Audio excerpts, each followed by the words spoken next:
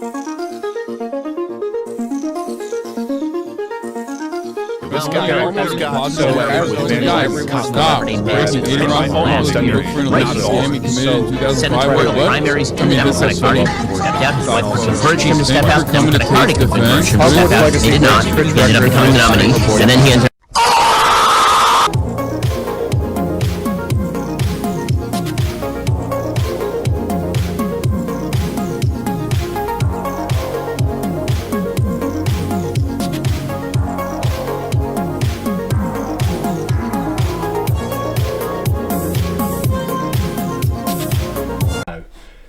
Alright, I'll do the intro because that's my job apparently.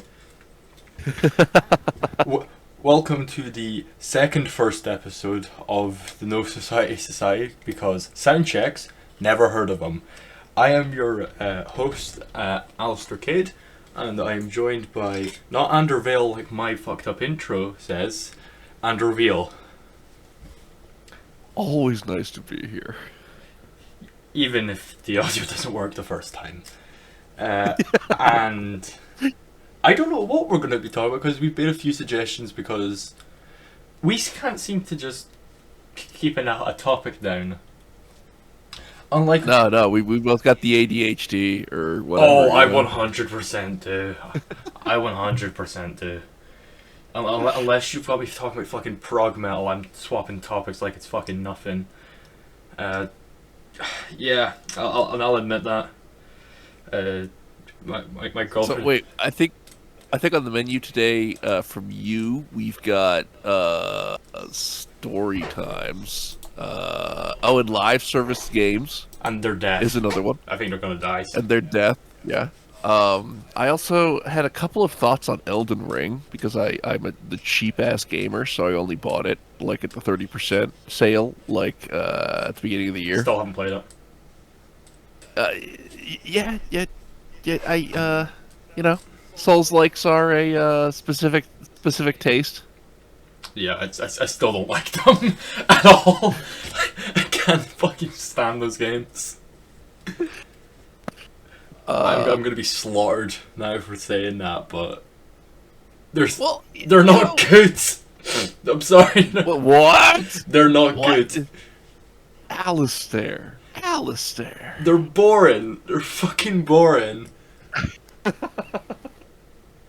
Somebody has clearly never enjoyed slamming their face against a brick wall until they finally break through it. I played Devil May Cry. I played Devil May Cry 3. I can slam the brick wall all I want. Their brick wall's boring. My brick wall needs dumb, over the top bullshit spray painted on it for me to want to slam my head against it. So at least when I'm slamming my head against that fucking wall, I can go, oh, well that's neat. FromSoft games are just a standard brick wall. Devil May Cry 3 is a brick wall with some neat graffiti on it. That I don't know if that's a terrible comparison, but none. It's got "I am the storm that is approaching," like in some really rad lettering. Like. Exactly. FromSoft games, fuck them. I think they're so boring. I mean, I love the boring stuff, but then I was having a conversation with some people yesterday about FromSoft games, and I realized that like there are players that approach those games with completely different mindsets than me. Do you mind if I'm the first to do like the story time on this one? Go ahead. Okay. This is gonna be a little bit. Oh god, you feel free to like. We should have like a buzzer that you can like slam when the stories get too boring or something. I feel like you'd enjoy it. Like, I'll find something on my phone to play down the mic if they do get too boring. Okay. So, this is a little anecdote because like there's this part of Elden Ring that I feel from a behavioral economics perspective I thought was really well done, right? Yeah. And so yesterday I was at like a meeting of like local game devs, and I was sort of like chatting up about this, and it mostly focuses around the mechanic of like summon signs in the game, right? Because like you can summon other people into your game to like help you, right? Yeah. Yeah. And so like but you don't want the other summons to be scrubs, right? Like if you like walk into like a tough boss fight and you've got like 10,000 souls and you like summon 2 dudes and you're like, yeah, let's fucking kill this guy. And then like both of your collaborators get like one shot and then you're just like, fuck my life. Like you die. It really sucks, right? Yeah. So in the previous games, like you got this thing called a humanity when you like assisted somebody, and like anybody liked humanity. Humanity was great to have. And in this game, when you assist somebody, you get this thing called like a rune arc, right? Which, at first, you'll, what the hell does that do? And if you open up like the descriptive text, that you need to like press a special button in the item menu to see. It's like, oh, if you've got a great rune, it helps you, but if you don't, it's like bullshit. So you actually don't assist people until you kill one of the demigod bosses, at which point you can power a great rune with it. And when you power a great rune with it, like it actually kind of kicks ass. But it's a finite resource, so then you're like, oh, well, I sort of want more of these now, and then like you can get as many as you want by helping other people. It's actually a pretty well thought out system in terms of like naturally channeling people into the behaviors that you want them to do. Is what I thought. But then I talked to these other people and they're like, I never used a rune arc in my entire playthrough. And I'm like, well, did you know what it did? And they're like, no. I'm like, did you read the item description? It's like, who has time for that? Yeah, fuck that. But the thing is, like, in their game, in order to read the item description, you need to, like, flip to a special page, right? Like, it's not, like, the first thing that comes up. So, it just cracked me up that, like, I was waxing on about how amazing the system was, and like every other person in that room that had played Elden Ring was like, I never assisted a single other person, and I never used a rune arc, and it's like, this entire section of the game you never touched. Oh my god. So, anyway, some people play different. Yeah, that's what it seems like. Yeah, see, I don't know if this is gonna be a hot take, but the whole concept, like, and FromSoft games have it, lots of RPGs do it, Ubisoft games do it, where the whole play it your way, I think isn't the right way to develop a game in a way. I prefer when the devs just go, we're going to make one way that is definitively fun, and you're going to play it this fucking way. The example I would use is Doom Eternal. There is a correct way to play Doom Eternal, and there are a bunch of incorrect ways to play Doom Eternal, and it is fun when you play it correctly. And it's better than, I don't know, fucking Far Cry having 7 different ways you can take out a camp, and like 2 of them are fun. Why waste your time on all the superfluous bullshit when you can just have one really fun way? Okay, so I feel you, right? But I do think when the choice thing is done well. Oh, I agree. When it's done well, it's good. Really good. When it's done well, it's good. It's just every game wants to be the complete this in 10 different ways. It's basically like a generic talking point at this point. Like when it says it's going to be a living, breathing world. Do it your own way. It's just that now, and it's let's do less of that. Let's just all have you do it this way, and this way is fun. Because too many games are trying to be too many things. Why be everything? Why don't Wait, this does remind me of when you said a game that you can only play like one way, right? And I do agree when that's done well, that's also awesome. Have you ever heard of the FPS post void? No, I have not. Okay. Because to me, post void is one of the first things I think of when it comes to like a game that is just like, no, there's one way to play this game, and it's just a very, very specific way to play this game, and it's like it's this FPS, this LSD fever dream of an FPS, where it's also like old school, doing that like Duke Nukem technology level, original Duke Nukem, and you just run forward shooting things. Like, you don't particularly turn at any point more than like a 45-degree arc as you continue to run forward and shoot people to fill your like voodoo skull with energy so you don't die. And it's You know it's good when it says ward in this game may potentially trigger seizures for people with photosensitive epilepsy. Thank God my version of epilepsy isn't photosensitive. yeah, it struck me as sort of you might be into. The musical tastes I think aren't quite up your alley. But it's yeah, the game is just like pedal to the metal, keep it down until you die. And trying to play it like any other kind of FPS, it's not good. You just gotta just gotta run. So Yeah. oh. I'm aware some FromSoft games can be a bit like that. Like I think is it Sekiro is the one where you have to parry. I don't know. Yeah, I know some people No, who like these fucking games, so I end up hearing all the bullshit about it despite not caring. yeah. Sekiro is the game where you have to parry. Dark Souls, generally speaking, have like Roll. blocking mechanics, which are this weird, like half-assed thing. Normally, yeah, you're meant to where, roll. You're meant to. I know that one because yeah, the idea of rolling constantly isn't very fun to me. yeah.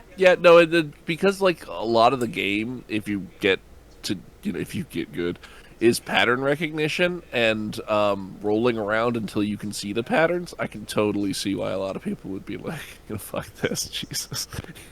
I get at work to put up with people's bullshit. Like, I'm not going to spend my day like putting up with bosses' bullshit so I can figure out how to kill them. Yeah, no, it's more or less just like, when you eventually beat the boss, you want to feel like you're a fucking badass for having done it, and just rolling around him doesn't feel badass. Like, I watched Let Me Solo Her's boss fight with Melania, where he manages to like. I've heard that's the bullshit one. I've heard. You might think it's bullshit. I was enraptured watching this dude roll around for 9 minutes, like avoiding a single hit, wandering around in a loincloth with a freaking pot on his head and 2 katanas in his hands. I thought it was like peak boss fight material. But I can also understand why somebody else would not totally be down with it. So Yeah, no, I have not played Elden Ring. I've just heard that's the bullshit one. I do not care about Elden Ring. I'm not going to play Elden Ring. I can already go, this is not for me. I already am growing increasingly not fond of open world games, and taking a game series I do not like and putting it in an open world, no thanks. the pendulum swings back. Yeah, I'm sick. Everything has to be the living, breathing world, and it's like, fuck that, nah. Just give me a good designed level. So, yeah, no, I'm just, I'm done with it. Like, I think, honestly, at this point, some, there are like some multiplayer games where their maps are as big as open worlds. That's kind of neat, but like, I don't need a million things to do on this map. It's like. And that almost gets us into live service games in the way that, giving you a million things to do is like, I don't need a million things to do. I mean, like, they're trying to make live service open world games now, because Ubisoft have been trying to do that. Because I know it's not the next Assassin's Creed, but the one after, apparently, that's going to be the last Assassin's Creed, because they're just going to keep updating this one. I think it's called... I want to say they're going to call it Assassin's Creed Infinity, I want to say it's meant to be called. But yeah, they're trying to just make Assassin's Creed like, you buy this one game and we will keep updating it, but you're going to keep buying our microtransactions and stuff. And I don't think it's going to work, because I think the... Oh, wait. Oh shit, are they going to try to like Watch Dogs Legion it by making it so that like you are everybody and everyone is you or something? I don't know, I just know that they apparently want to just keep updating this game forever, and that'll be the last Assassin's Creed. How they're going to do that, I do not know, but apparently that's what they want to do. And I think it's just not going to work, because I mean, I think they wanted to make Watch Dogs Legion a live service, and no one fucking plays that game anymore. I didn't play that on launch, and I still haven't played it, because I don't like Watch Dogs. But not like, because the example I was giving to you over Discord was the what's it called, the Suicide Squad game that's coming out. Yeah. That looks like it's gonna fucking flop hard. I'm calling that now. The Suicide Squad game flops, like Marvel's Avengers level flops, because no one wants to play a fucking live service. The same thing happened with Avengers. No one wants to play a fucking live service. You know, you can only have so many live service games on the market that keep people's attention, and if we have 100 of them, some of them ain't gonna keep it because you can only have so many before eventually people go, I can't keep up with 20 different games at once. And I do agree with you on, but one specific thing to me is it feels like people don't want to play live service games that didn't need to be live service games. Yeah, I guess. And that's what to say. I think the system as a whole is flawed. I was saying to you, I think it actually has some benefits that people don't like talking about, because you have your Jim Sterlings or your Yang Ye's or whoever, these wankers who act like stuff like loot boxes or live services are automatically bad just from the name alone, which I don't agree with. I think that's a wrong take in general, because I think some games have actually really benefited from becoming live services. So an example of a game I think has benefited would be Street Fighter V from Street Fighter 4, because Street Fighter 4 there was four editions of it. They wouldn't update the game, they'd just make a new version of the game with new characters and balance patches and stuff. And say you don't have a lot of money, but you play Street Fighter at tournaments, let's say, that's going to cost you a lot, because let's say each edition's £50. If there's 4 editions, that's £200 the game's actually cost you. Balance patches and all. Well, the benefit of, say, 5, which just kept adding new characters and gave the balance patches for free, is if you don't want to pay all that money, 1, you don't have to keep buying new games. You can just not get the DLC characters. But you can still learn to counter them online, and you still get balance patches. And it means you don't have to pay £200. If you buy the game on release, $50. If you add all the season passes on, let's say they're £30 each, there's 5 of them, so add that, it's $150, so same price evens out really. But also you have the option to not do it, and you can keep playing the game. Street Fighter 5 has a lot of issues, right? But I think the live service model as a whole has been beneficial for the players. And I'll agree with that. Some other games I think that have really benefited would be some games made by devs who've kind of just come out of nowhere. So an example would be World of Tanks.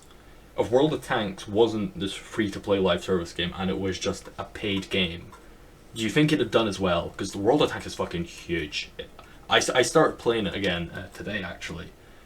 150 players were on at once. 150,000 players, were on at once.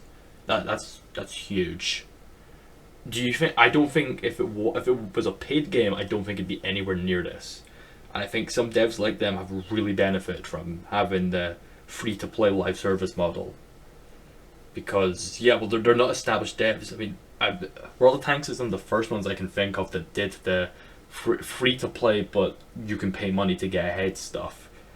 And I think that's the reason it's at the position it is now, is because it was one of the first. So the novelty of, hey, this is free, I'll try this out, really apply to that. Nowadays, so many games are going free to play.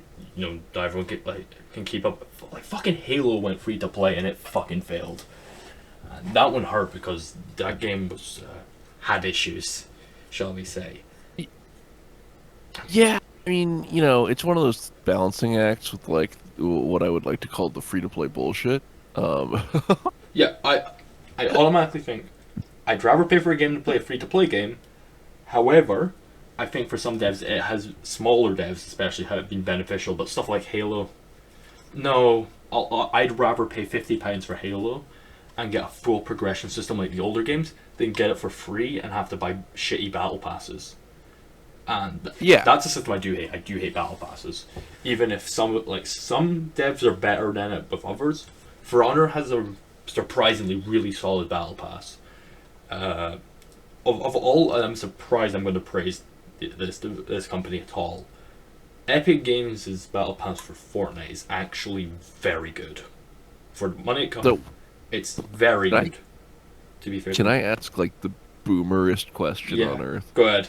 What is the definition of a battle pass at this point? Because like the only game I've played with like a battle pass was the Division 2, and I don't know if that's a representative like experience compared to other games. Battle passes to me, it's essentially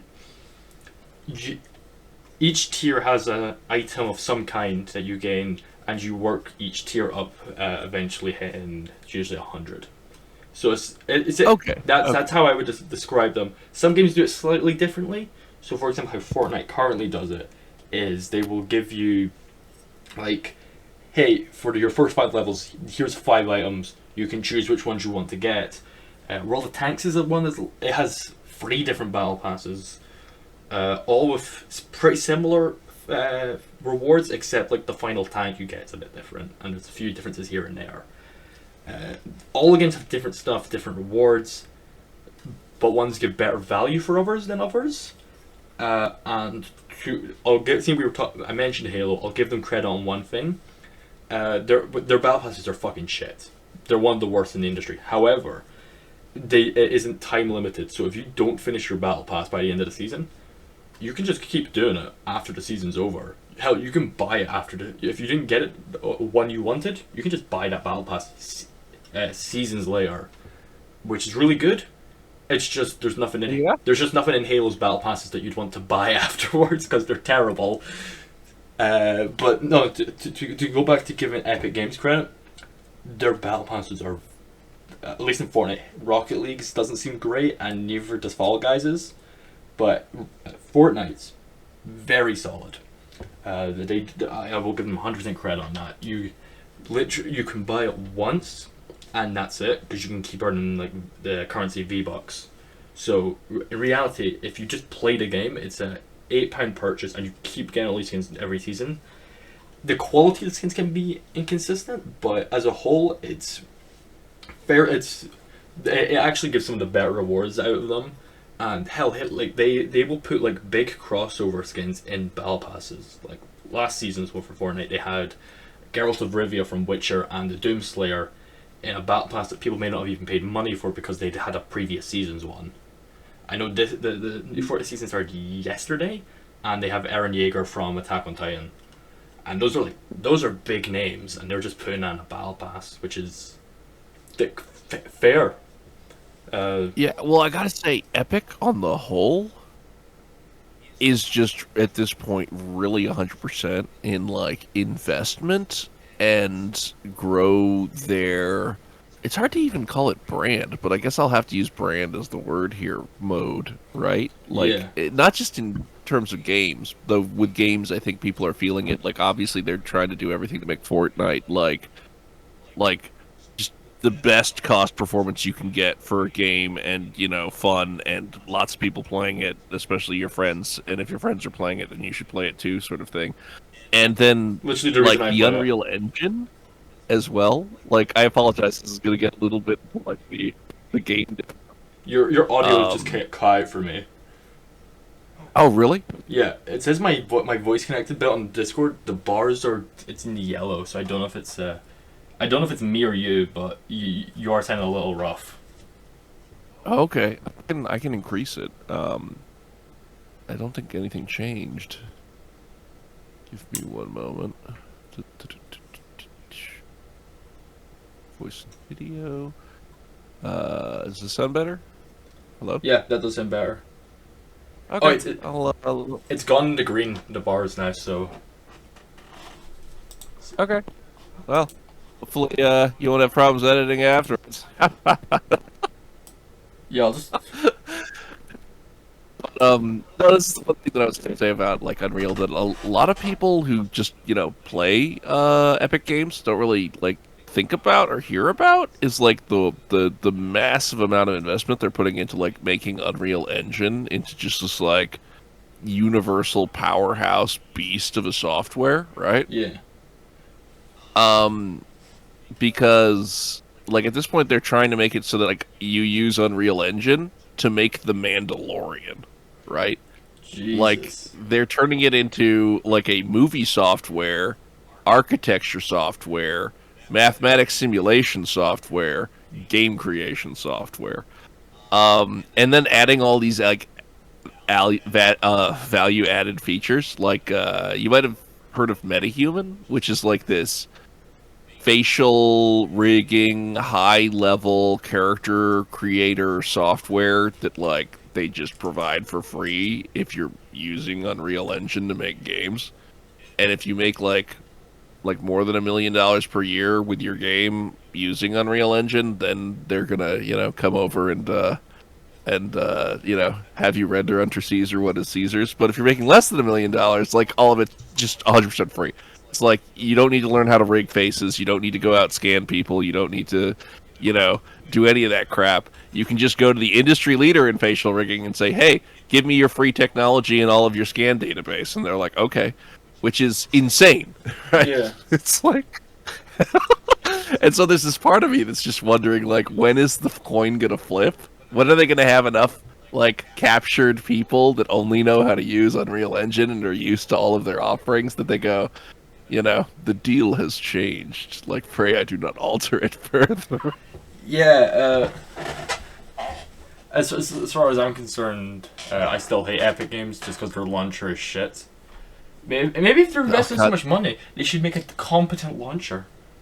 I don't know if... I think they're investing their money in different places, but yeah, no, the Epic Store stuff, like, for all the money they throw into giving people free games, it does sound like it might be nice if they'd upgrade the launcher experience. Yeah, I don't know if I mentioned this. I bought Death Stranding a third time because I didn't want to play it on the Epic Games launcher despite getting it for free on there. I paid £12 extra just to play it on Steam because Epic's launcher is that fucking terrible that I'd rather just play the game on Steam for money than play on Epic Games for free. That's how bad the launcher is. Which, that says everything. And to be fair, Steam is maybe the only competent launcher. I've heard GOG isn't too bad. I've heard GOG's alright. But, like, Ubisoft launcher, fucking dog shit. Alcaes from PCM told me a story about how he bought Assassin's Creed Valhalla on release and only got access to the game like 6 months afterwards. Oof.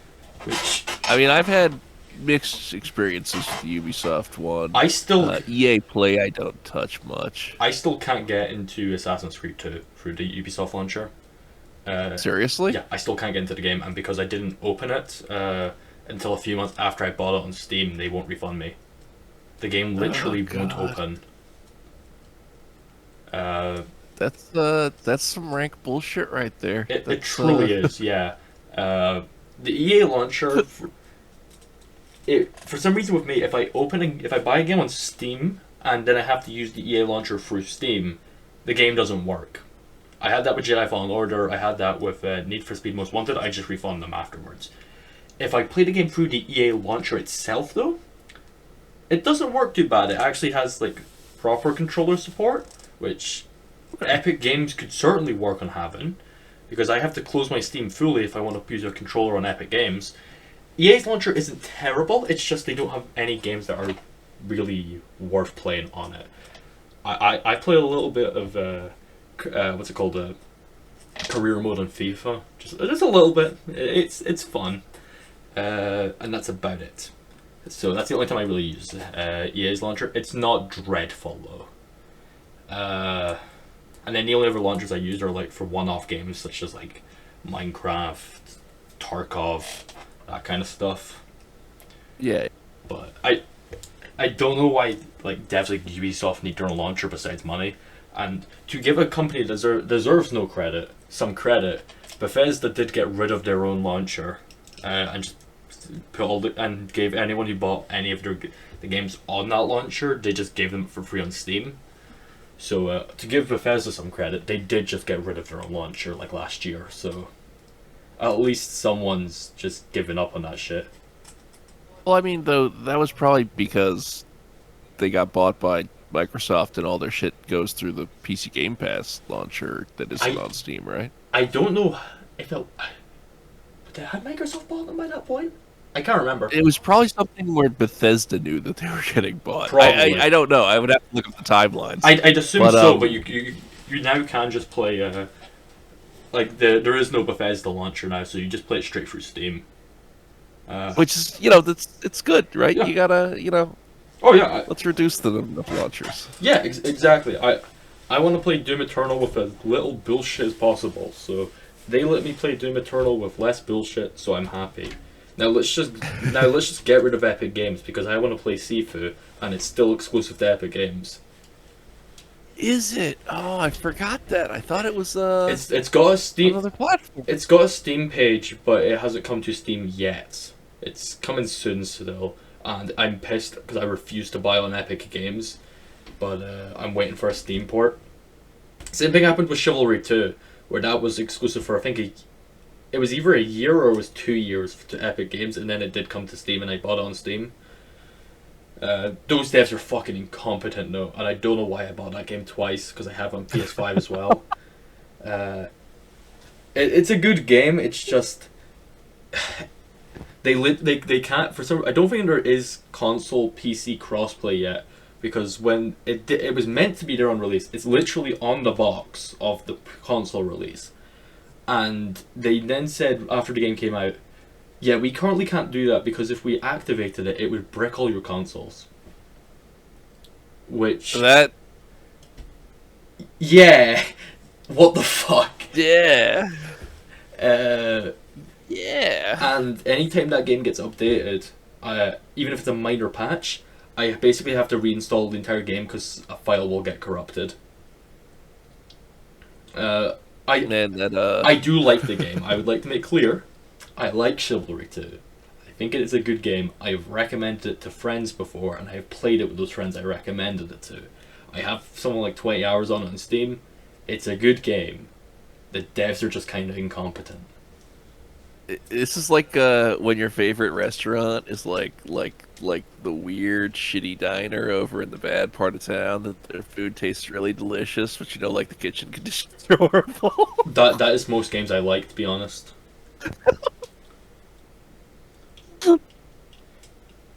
I mean, to be fair, do you know the whole bit from what's it fucking called, SpongeBob, the one that gets memed on, where it's like they want to go into this like really rough bar, and then there's like Weenie Hut Juniors. Like the games I play are the rough bar, and then like like Ubisoft games and stuff, that's Weenie Hut Juniors. But like all the like historical FPS, like the historical games in general, have really either amazing or awful player bases, depending on what your perception of awful and good are.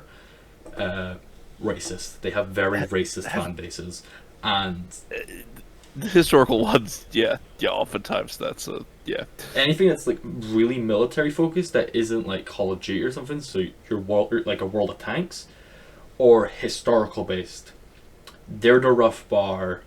Stuff like Rainbow Six Siege and stuff that isn't played by Eastern Europeans, that's Weenie Hut Juniors. So when it comes to anything played by Eastern Europeans, so your CS:GOs, your Tarkovs, that's the rough bar. And to be fair, I love the Eastern Europeans. Those guys are great. I play a lot of games mostly played by them just because I think they make the games more fun, because they get angry very easily. And to be fair, when you come across angry people online, if they're a Westoid, it's probably like a 12-year-old kid. If it's a Eastern European, it's a 12-year-old kid or like a 30-year-old man.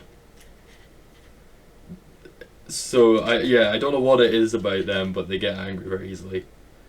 I always tell the same story of Tarkov, where I ran out of ammunition in my gun, so I ended up getting into a fight with a guy who had a shotgun, and I'm using a knife, and I ended up killing him. And just before I finished killing him, I just hear a guy him shout straight down his mic, "So complete!" And then he dies, and it cuts out just before he finishes the sentence.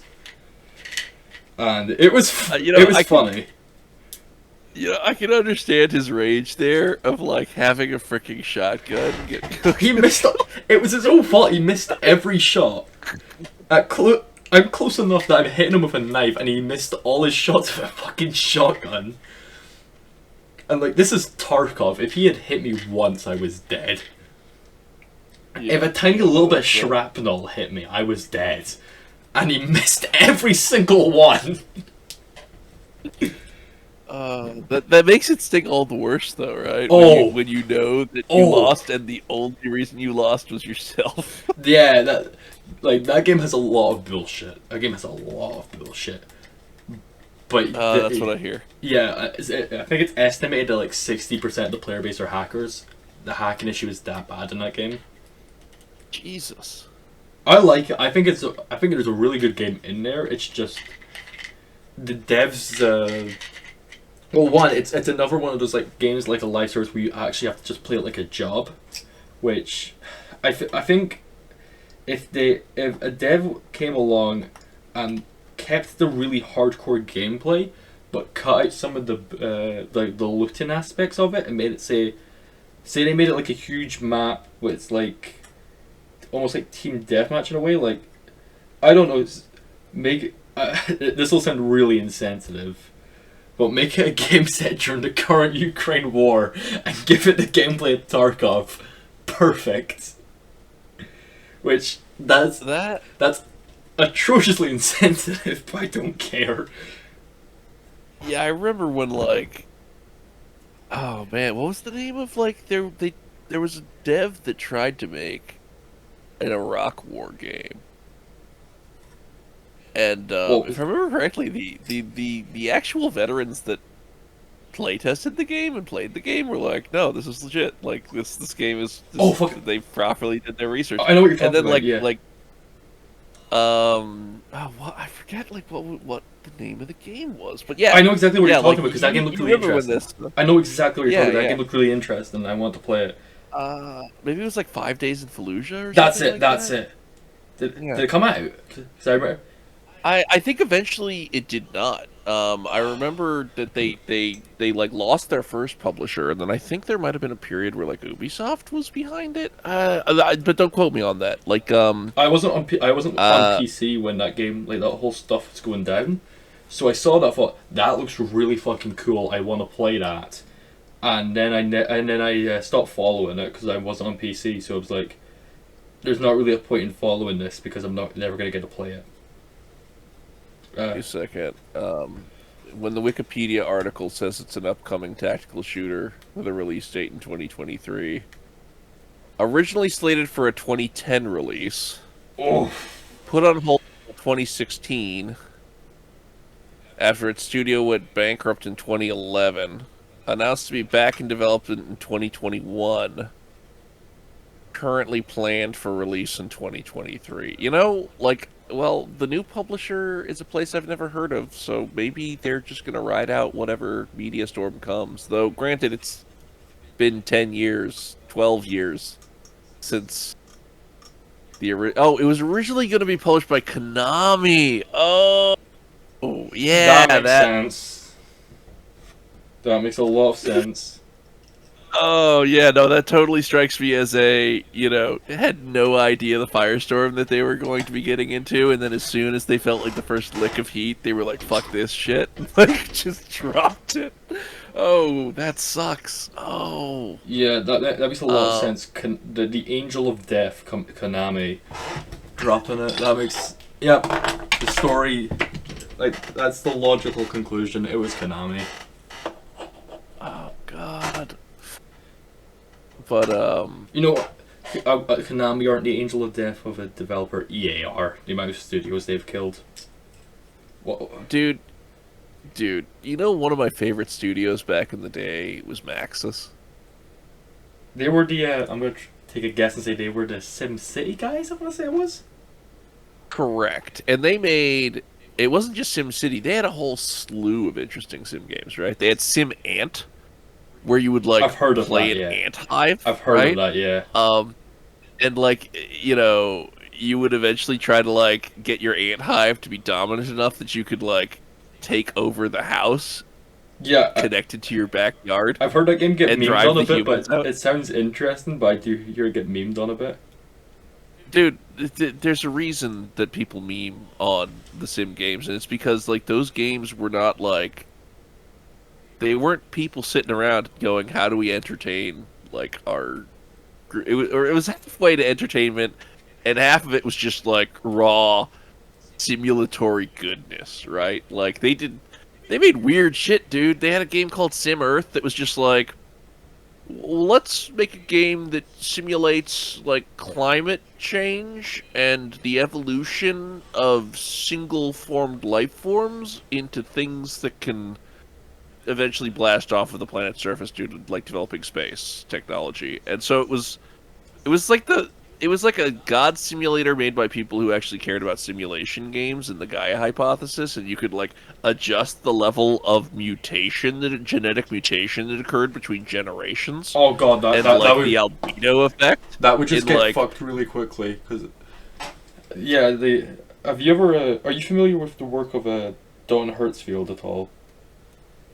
Yeah. Yeah, that's immediately what I think of. Have you seen his the Treehouse, not Treehouse, the Simpsons couch gag he did? Yeah. That's immediately what I think of. And oh god, that one is like depressing and like it's kind of sweet in a way, but it's like depressing at the same time. Yeah.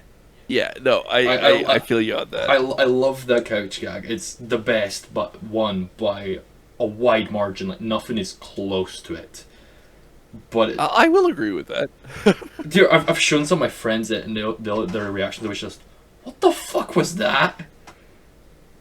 Like I do think it's a hard one to get into for a lot of people used to the more normal couch gags. Yeah. It's one of those things where if you aren't familiar with his original work, like oh god, It's Such a Lovely Day, that's what it's called. If you aren't familiar with like that, you're gonna go into this going, what the fuck did I just watch? And I am one of the people who saw the couch gag first, then saw some of his movies afterwards. So my first reaction was, what the fuck is that? It's such a lovely day. That's what it's called, right? I don't want to get the name wrong, but I haven't seen that one of his. There's he's got some old he's got one that came out when I was in university, which I don't even. How old is he at this point? Good Lord, he must be getting older. If you haven't seen Such a Lovely Day, you should see it. It's very good. It's also extremely depressing. Like. If you're unaware, it's basically about a man with dementia, so quite a lot of like scenes are like out of order, and because it's like reflecting his own like mental state, where like I think it's like halfway through the movie it just goes back to his childhood, and it's like it's constantly just moving around because, well, he has dementia. And then like over time, like scenes become parts of the scene start to get like blacked out and stuff. Faces start to disappear and stuff like that. It's unbelievably depressing. It is like one of the hardest watches I've ever seen in a movie. Well, and I'm sold on it now. Yeah, like especially if like you've like known anyone who has suffered from dementia, it is hard to watch, but it's really good. Would recommend. That'll be my film recommendation of the episode. I think it's called It's Such a Lovely Day. Look up Don Hertzfield's filmography in general. It's such a beautiful day. That's it. Apparently, that's it. I was close. I was really close. It's such a beautiful day. Go watch that. Yeah, no, I got introduced to him through Rejected, which I didn't realize it was nominated for an Oscar. Yeah, it was. And apparently is credited with, like, you know, being hugely influential on, like, fucked up internet humor. Yeah. There you go, Don Hertzfeld, father of... And at the same time, if you bring up his name to, like, anyone in your day-to-day life, no one has heard of him. Yeah, that is true. Like, he's... You're the first person I've talked to about him who's actually heard of him. I try to get that deep memeage, you know? try to, you know, hold the deep lore. But, no, I'll check out It's Such a Beautiful Day, though. Thanks for the recommendation. You should. It's really good. It's one of those things that I wish more people would see his stuff. It's good. Yeah. But to go slightly briefly back on why I was lamenting Maxis. Right? Yeah, that was a complete tangent. Oh, it's okay. It's okay. I love tangents, but then I try to have like a bungee cable occasionally to pull myself back. Yeah, fair enough. And the reason I brought up Maxis is that they were this company that just tried to make all this weird stuff, and they weren't like, how do we adjust this for more marketability? They were like, how do we make this interesting, weird ass game and hope, Yeah. and hope that a market exists when it comes out, right? And then what did it turn into?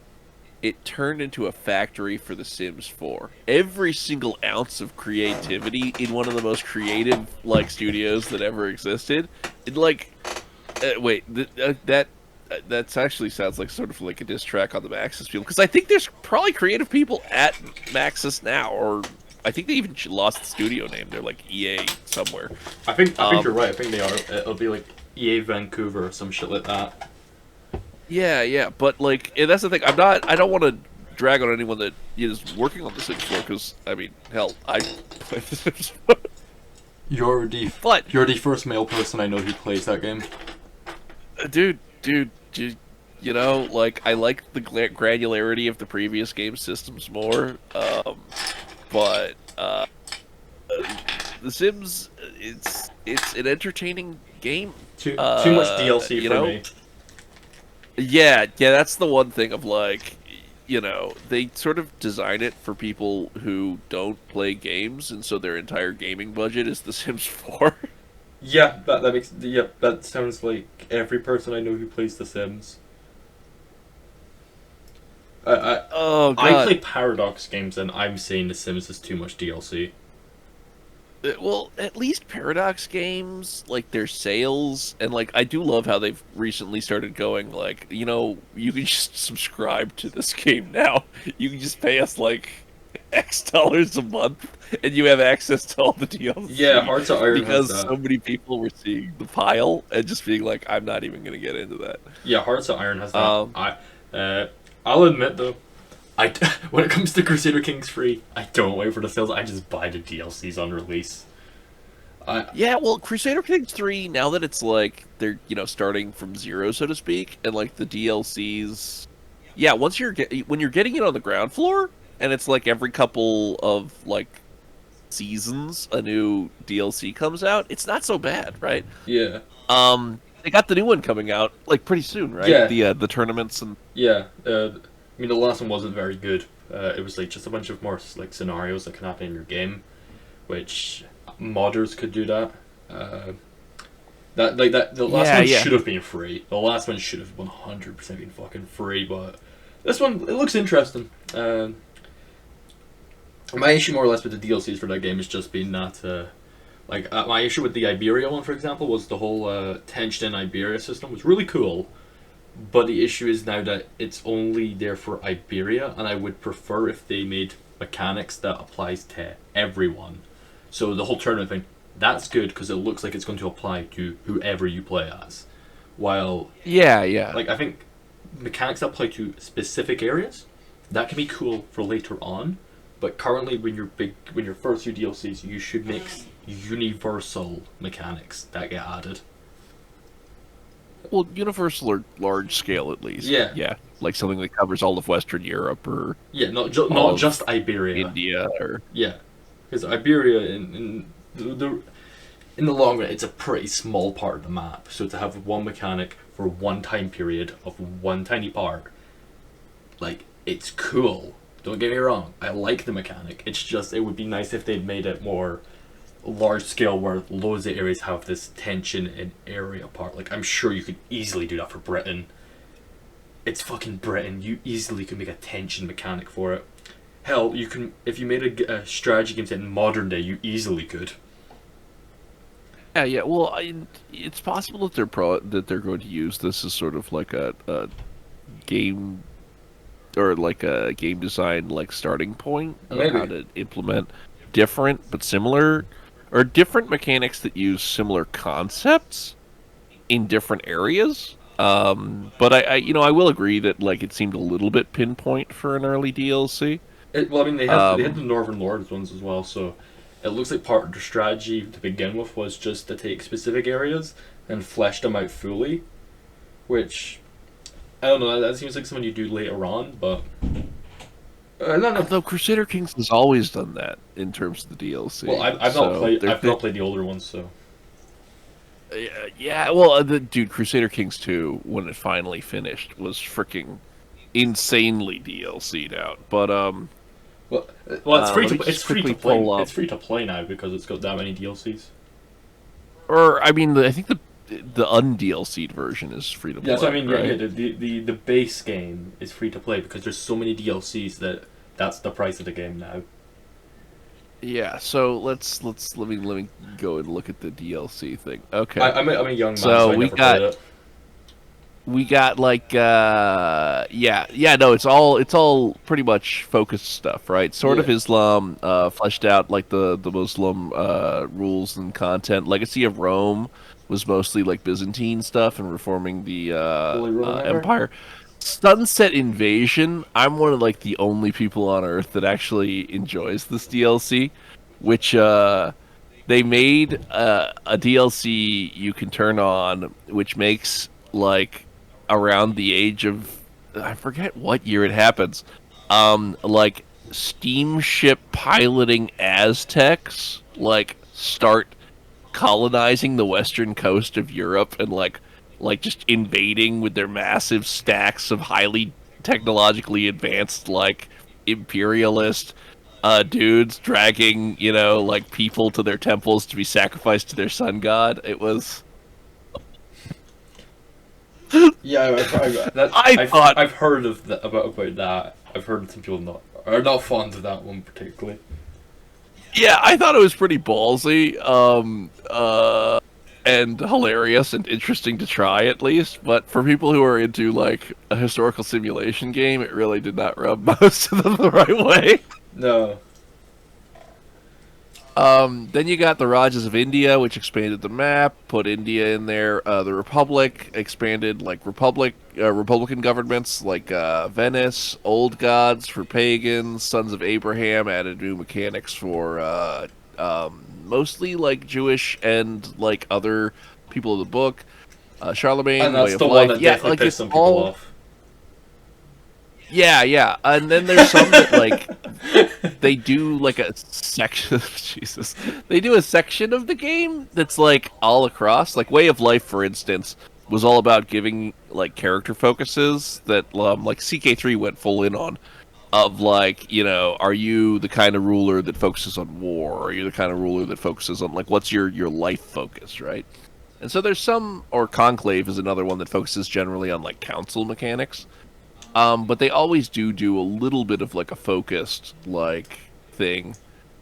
And yeah, it looks like in the beginning on the other one they generally focused on fleshing out regional mechanics, but oftentimes that was because the regional mechanics like didn't exist, as opposed to like like the Iberian conflict. It's like, no, the Iberian conflict totally if you're a Spanish ruler, you got the same rules as everybody else. It exists.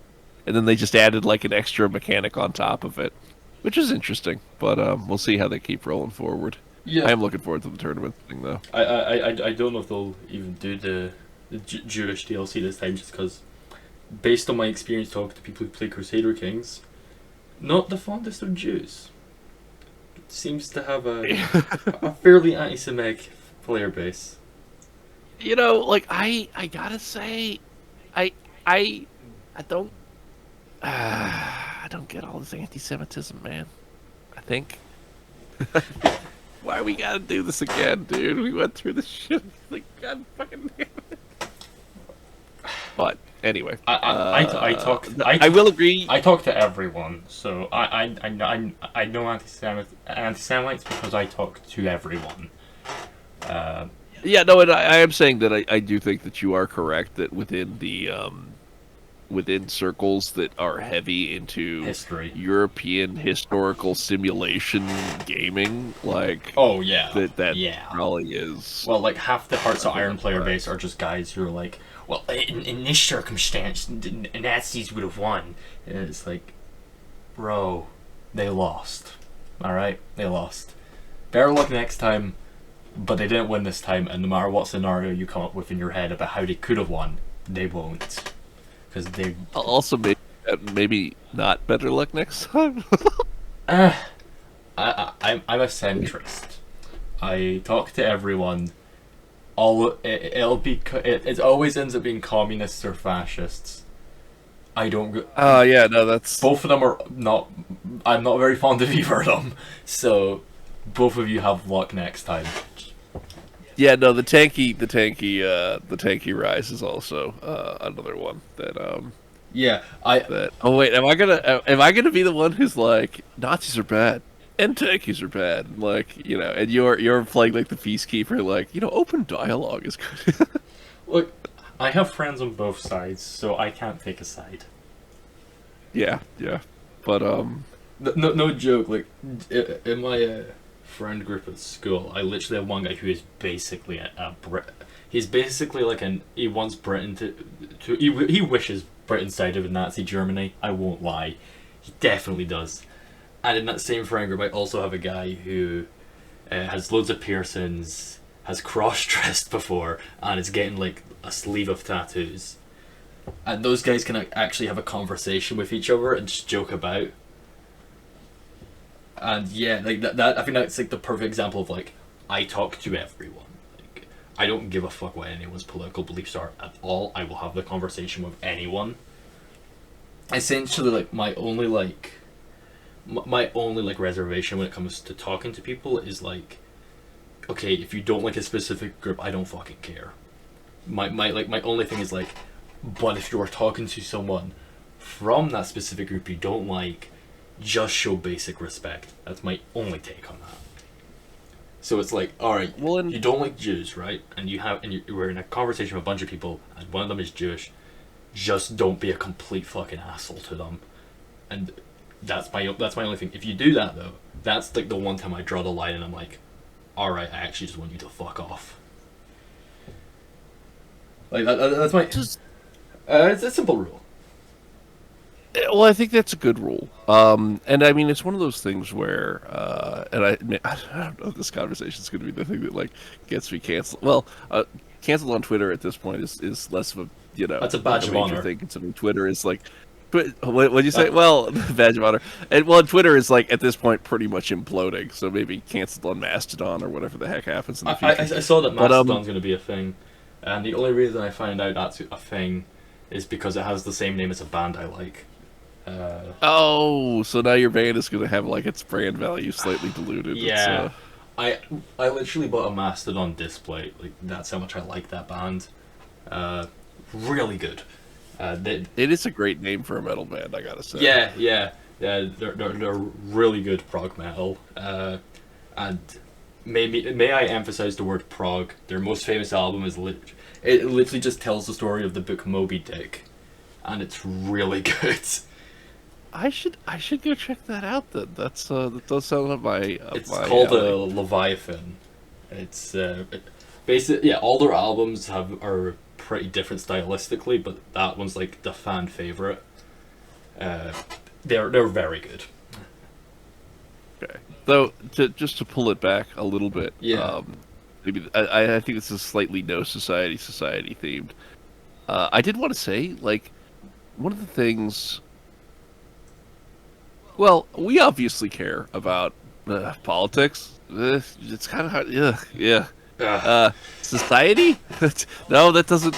Do we care about society? Anyway, No, I don't. We care about discussing.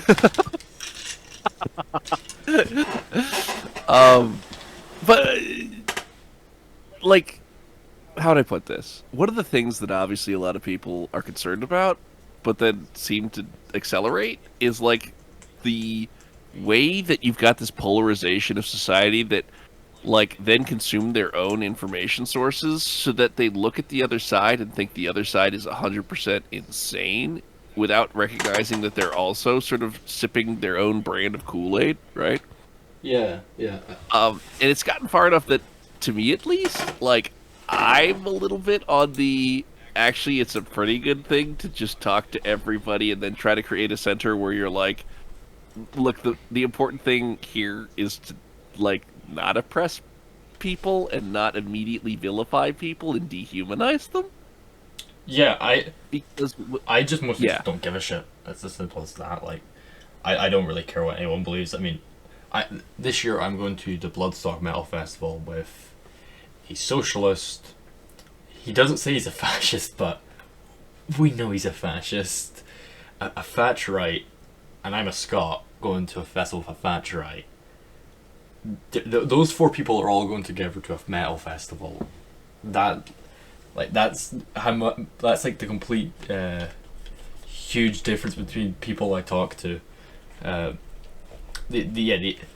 so far I've only group of people I've like actually had to deal with where I'm like, I don't like you very much, is a lot of like these. I'll call them new communists. The ones who say they're communist, but then like consume loads of like corporate slop like Marvel and stuff while claiming they're communist. Them, and like I don't want to say his name because criticizing him is a huge circle jerk on the internet right now. But I'm gonna say it anyway. The Andrew Tate fans. I'm sick of hearing about that man, but like I don't get the circle jerk around him, and I think a lot of people are kind of morons about him, but his fan base I don't like very much. Yeah. Wait, why did I sound hesitant? I was gonna say I think his fan base is well. I think How do I put this? but my whole take on him as a whole is I think like half his points are good and half of them are really bad. And my issue with the fan base is they seem to be latching on to the really bad half. I think you're a little bit charitable making that a 50-50 split. No, I don't think he's anywhere near as bad as some people make him out to be. At the same time, I think quite a lot of what he says is quite clearly him playing a character. There was a comparison I saw where someone compared people on Twitter who get upset about him to what's his name, the Iron Sheik from WWF, who was like a rival of Hulk Hogan. Like that's a pretty good comparison. Yeah, well, so I will agree that I do think he's playing a character, like 100%. No one like messages Greta Thunberg a list of their expensive cars that burn fossil fuels and all that if they're not playing a like. I think a lot of what he says he believes he does, he's just exaggerating it. The same way, like, I don't know, you take when CM Punk had the Straight Edge Society, for example, the man is straight edge in real life, and I'm sure he believes a lot of what he said in it. He's just exaggerating his own beliefs. So instead of him just being a guy who is straight edge, he's now like a Charles Manson-esque cult leader who preaches straight edge. And I think that's kind of what. Yeah, that's why I'd say Andrew Tate is like. He believes. I think he believes what he's saying. He's just exaggerating the persona, and a lot of people just seem to fall for it. But a point I heard I thought was really good about him was just seeing that he's currently in prison right now for alleged human trafficking. Yeah, but he straight up said that he was like he's like on recordings bragging about like how he moved to Romania so it was easier to like deal in the freaking like cam girl trade. No clue about that. I don't know much about the topic myself, so I can't comment. I'll just say alleged for now because. Oh yeah, feel free. I'm not. I don't know about the topic, so I'm just gonna say alleged human trafficking. But what a point I thought was really good was okay. So say he is doing it then, and no one's willing to ask. Okay, are the people he's human trafficking okay? I've not seen anyone on Twitter say, okay, where are all his victims then? Are they okay? No, everyone's just want to go. Everyone just want to dunk on him. That is true, actually. I will agree with you that, like, in terms of the human trafficking, the fact that the focus isn't on, the victims. It's on, we need to dunk on Andrew Tate. Like, these are examples that I don't like. Ethan Klein, after Tate got arrested, Ethan Klein was like, and that's why I call him Andrew the Human Trafficker. And it's like, well, one, he has been charged with it, so congratulations on jumping the shark there.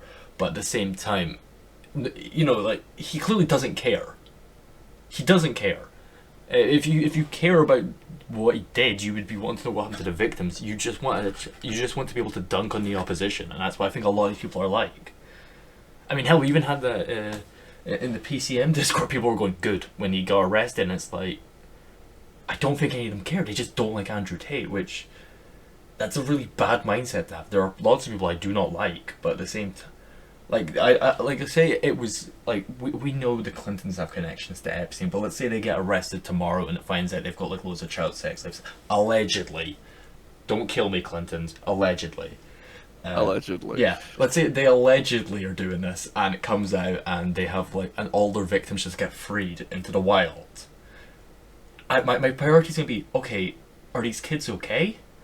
Not, oh, well, that's why I call him Bill the human trafficker. Like, no, that's not my I don't need this to dunk on the Clintons. I just want to know, are their victims okay?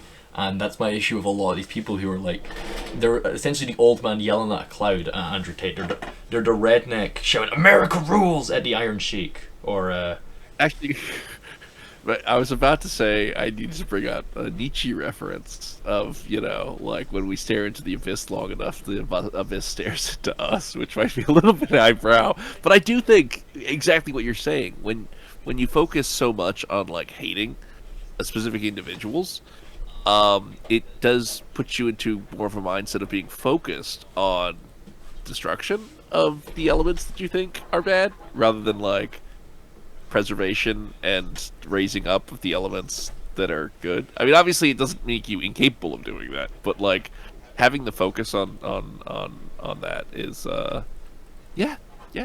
Like, what about the victims? That is a really good point to bring up, man. I think I'm just sick of all these people on the internet trying to dunk on each other. As far as I'm concerned, if you have issues with each other, just debate each other for real or fight each other. If I have an issue with someone online, and I don't think I really have a huge issue with any person I've ever worked with. There are some people I would prefer not to have worked with. Looking back, I'm not going to name names because I'm not trying to burn any bridges. I can say those names afterwards, but no, I'm not gonna burn any bridges right now. But at the same time, it's like if I have that much of an issue with someone, I will just publicly come on here and just say fuck you, fight me. I don't need to then make passive aggressive tweets at the person, which is what these people do. Of all things, there is a line from I think joke rap song Sam Hyde released, where he was just called "Fuck Anthony," where he's talking about music critic Anthony Fantano, who I do not like. And there's like a line from that like I think represents a lot of these people, where he has another guy on it called I think it's pronounced Chris Dillinger. And I can't even say the whole line because it has the N word in it. But he essentially just says, if I remember correctly, no, he doesn't say the N word. That's a different line. He just says, tweeting at me, but ain't atting me. And essentially the point is that, you know, people are just passive aggressively tweeting at each other, where, you know, they don't want to make it to start a fight with a person, so they don't at people as they do on Twitter, but they're quite clearly still tweeting about them.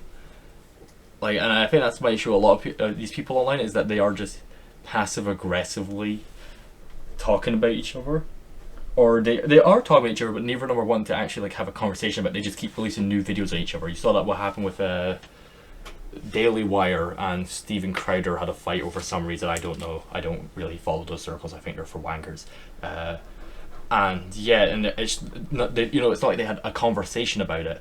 They just kept releasing new videos on each other, dunking on each other, because that's apparently all the politically the right side of the political spectrum seem to know how to do. Is just own the libs, to the point where they will own each other and destroy each other because all they know how to do is own the libs.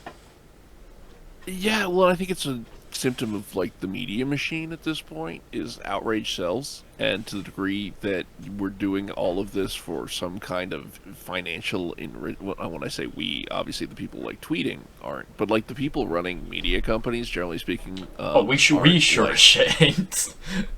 Yeah, right. But like that's the thing. Like, and it's one of those, you know, I think one of the things that actually made me sort of tilt towards like leftism was actually the way that sort of the greed mechanic corrupts truth of information in like reporting and media. Because I'm big on like you know, the idea at least with like NPR and like neutral reporting that like the idea shouldn't be like how do we get more money for our invested stockholders? Well, like, you know, throw gasoline on the culture wars. That's really good for our stockholders. So let's just keep doing that because Manufacturing obviously, consent, yeah. yeah, and As Chomsky wrote you know, about like I'm not. Yeah, no, and that's the thing. Like Chomsky, I've got takes that I disagree with, especially in, like these days.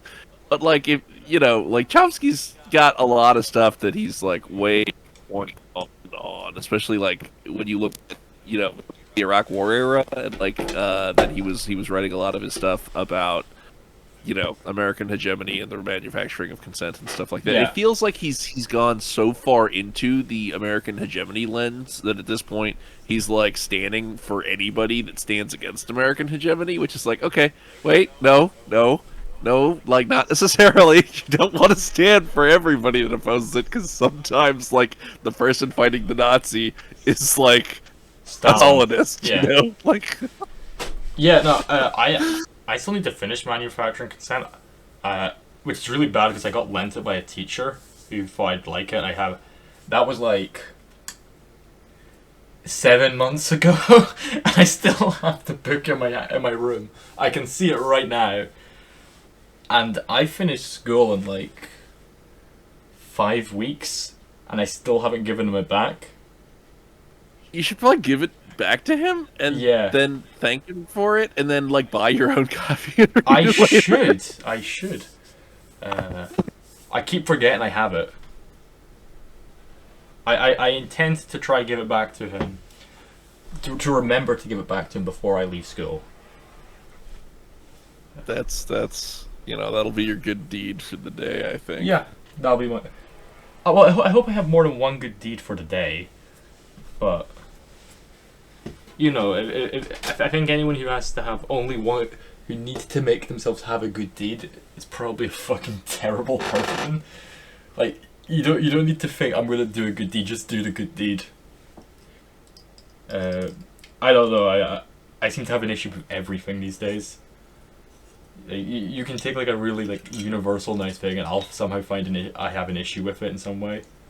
I don't know if I'm just an asshole like that or.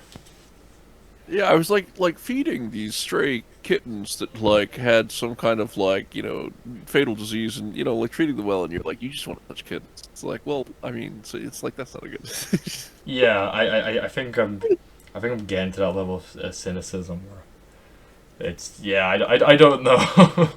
I think I need to find something good that's happening because I don't know. I seem to only be able to find bad shit that's happening, which I mean isn't hard these days, but that's also just part of the environment I was raised in. I guess like the only like tragedy I seem to have missed of recent memory was 9/11, and even then I feel the ramifications of 9/11 despite the fact that it happened 4 years before I was born. I know 9/11 is an interesting one because I mean obviously it's horrible and a massive tragedy.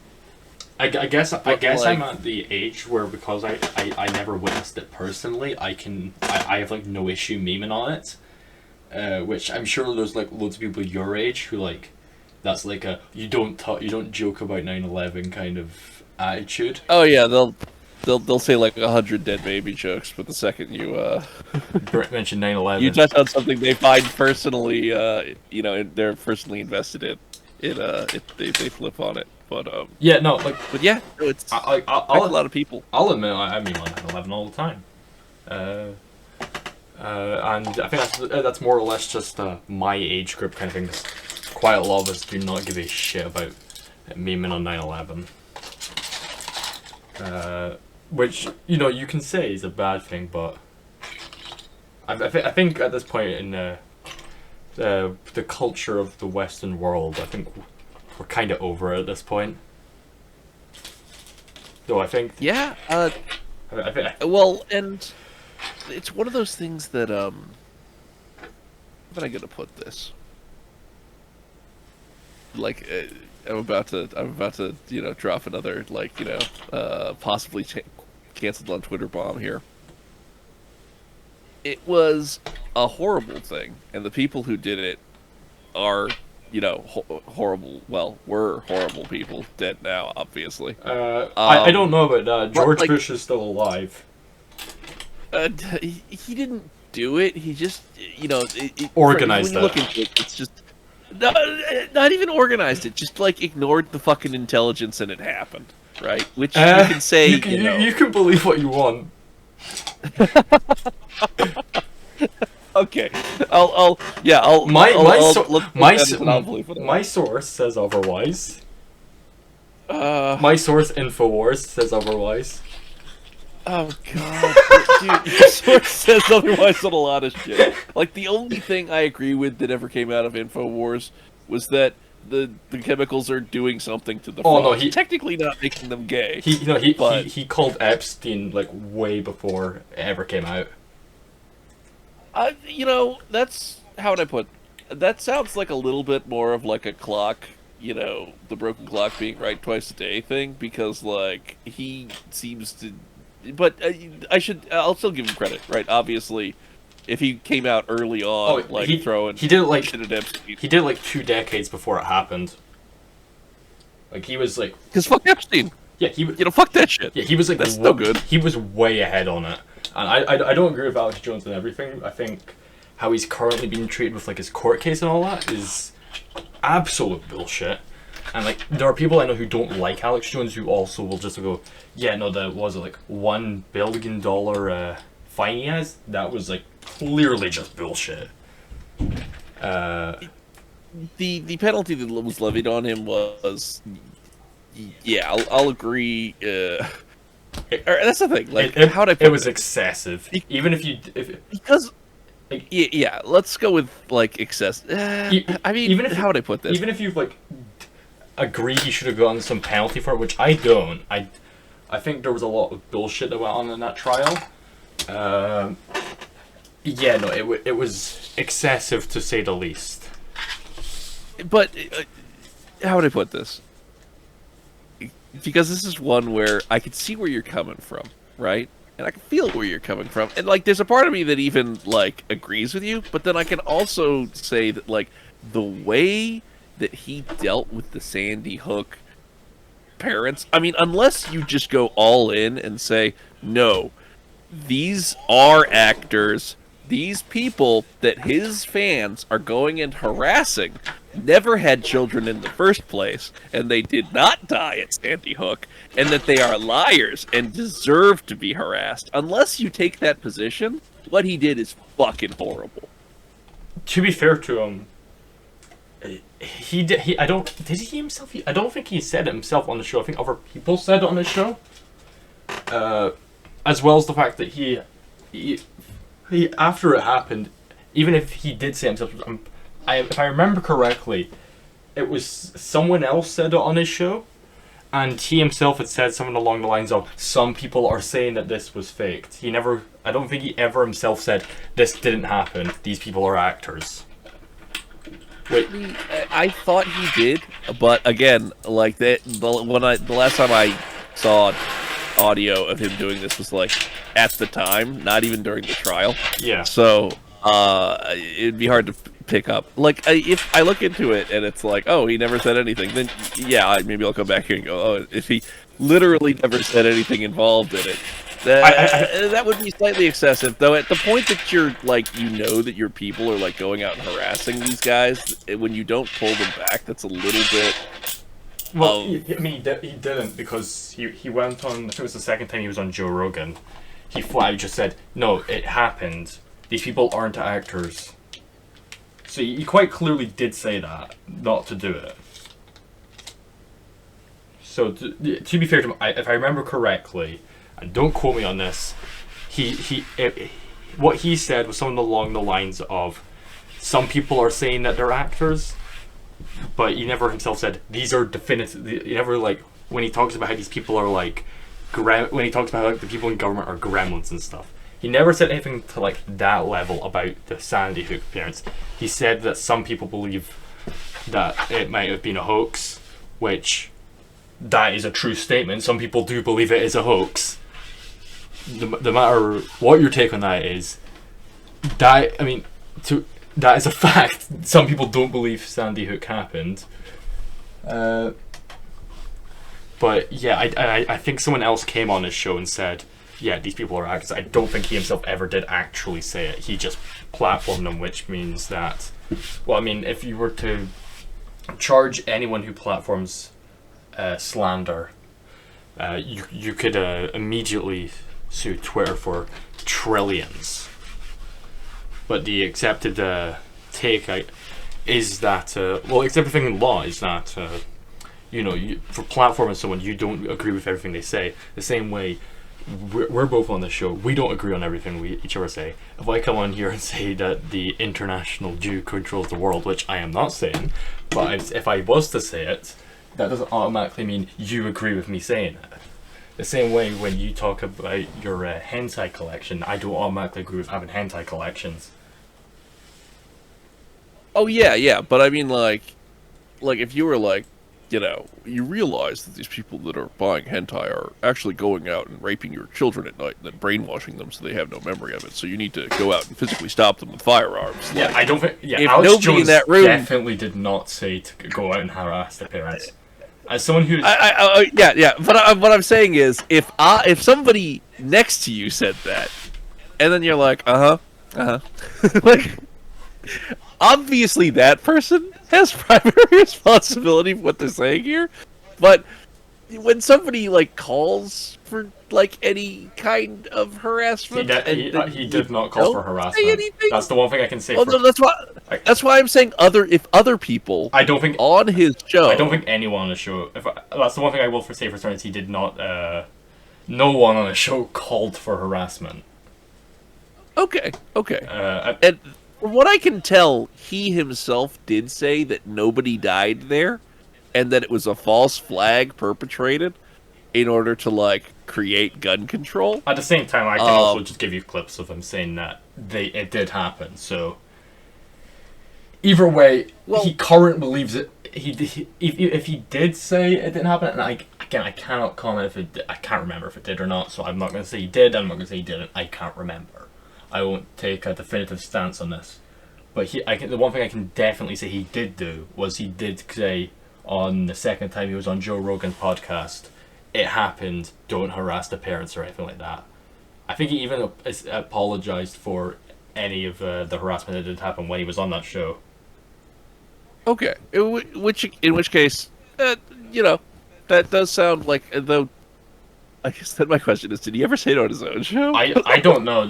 There's the archives of his show aren't great, but to be fair, that is probably one of the most watched podcast episodes of all time. So honestly, that episode probably has more platform than his own show does. So.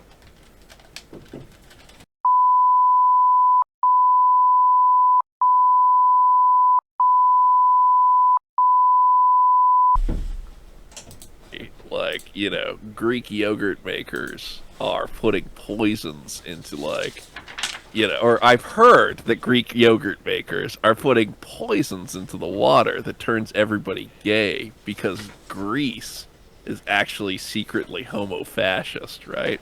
I've heard this. But they are. And then on somebody else's podcast.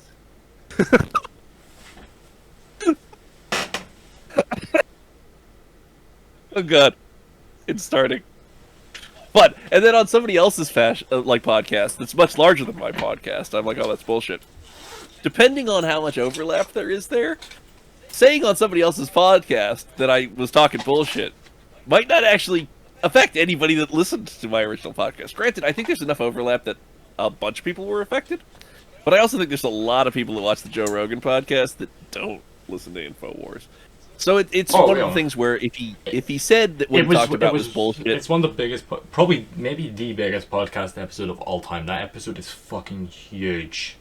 No, I agree, but what I'm saying is, all I'm saying is I think it's a big enough platform.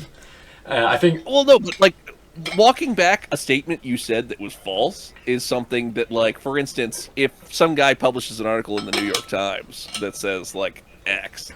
And then, like, on Joe Rogan's podcast, he says, yeah, that was a complete fucking lie. But then they never publish a correction in the New York Times. I think that's a problem. I'd agree with that. I don't know if he's said it on his show or not. He does like an episode every day, so you'd have to go for a lot of InfoWars to try. You would. As someone who has irregularly watched that show, I don't want to go for every episode from the last 7 years. Like, I think it's an entertaining show. I don't agree with everything he says on the show, but it's certainly entertaining. But I don't want to go through 7 years of it. Like, even then, for me to go through every episode, say I watch 2 a day, which is still a lot of InfoWars. Because he's making new stuff, to get caught up, I'd have to what? Oh my god, I'd never. You don't get caught up. Yeah, If he but it's just. If he stopped making I do episodes, think that the outrage media, like, targeted him is- specifically, yeah. is not good, right? No. Like, I swear to God, if an equivalent of InfoWars popped up on the left, like, I'm sure there are a bunch of people that would be like, yeah, energize the base, and I'd be like, no, That's called- no, fuck no, this is horrible. That's called a We need sand- worse. We need less of this in the world. That's called the Sandpiker. Does he? How would I put this? Again, I'm gonna out myself here. I occasionally watch Vaush, who Oh no. I find entertaining, even if, yeah. I know. Just I should go take a shower or something. And the funny thing is, I still find him to be a little bit more intellectually coherent than Hassan, who just seems like a dude who exists to stream and say like brocialist stuff to people who give him money. Yeah, and then he's also just a huge pussy. He should fight. He should fight Sam Hyde. I stand by that statement. He should fight Sam Hyde. Stop intimidating your fans and fight Sam Hyde. I mean, it doesn't. look. Though I do have to say, I did enjoy the interview that Hassan Piker had with Andrew Tate. That was. I haven't seen it.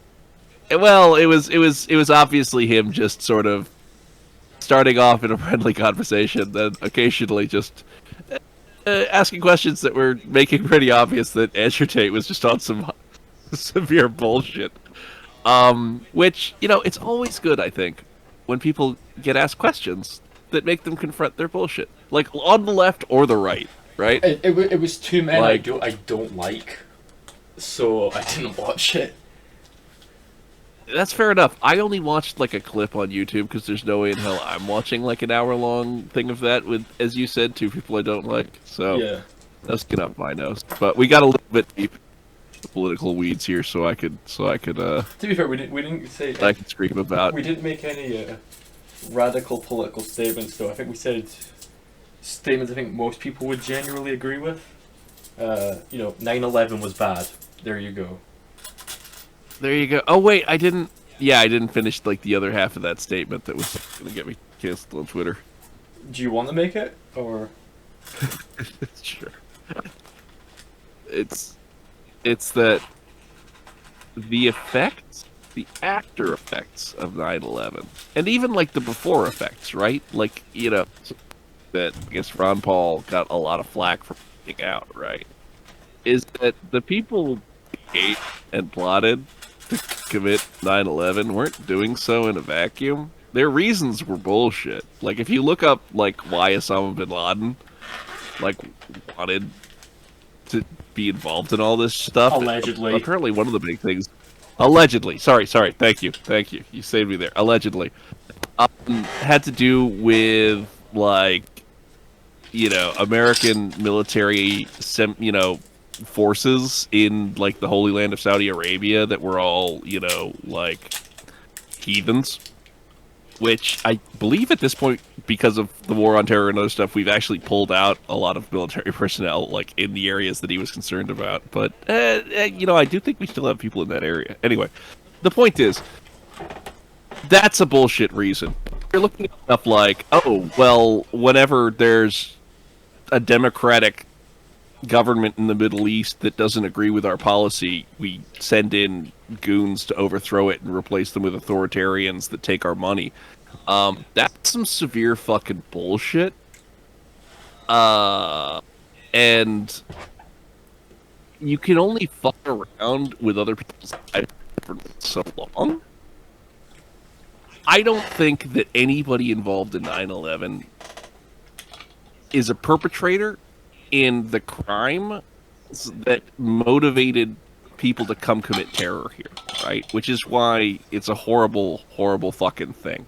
People want to talk about the international Jew. No one wants to talk about the international American. You know, I don't want to talk about the international Jew. I don't particularly want to talk about the international American either, but, like, I guess I just did. So, yeah, that's one of those things of just, like, if you look at the history of the 20th century, and, you know, a lot of people justify it with, like, we were fighting communism. But, like, we were really anti-democratic when it was outside of our country. It's like inside America, you know, rah rah democracy, unless you have leftist sympathies, in which case blacklisting and, you know, fuck you. And if you're outside of America, it's like not even rah rah democracy at that point. It's like rah rah American interests. And a lot of people suffered because, you know, money. Yeah. I mean, like the whole term "banana republic," you know, relating to the fact that like we literally overthrew governments for the interests of freaking banana companies. Yeah, it's madness, right?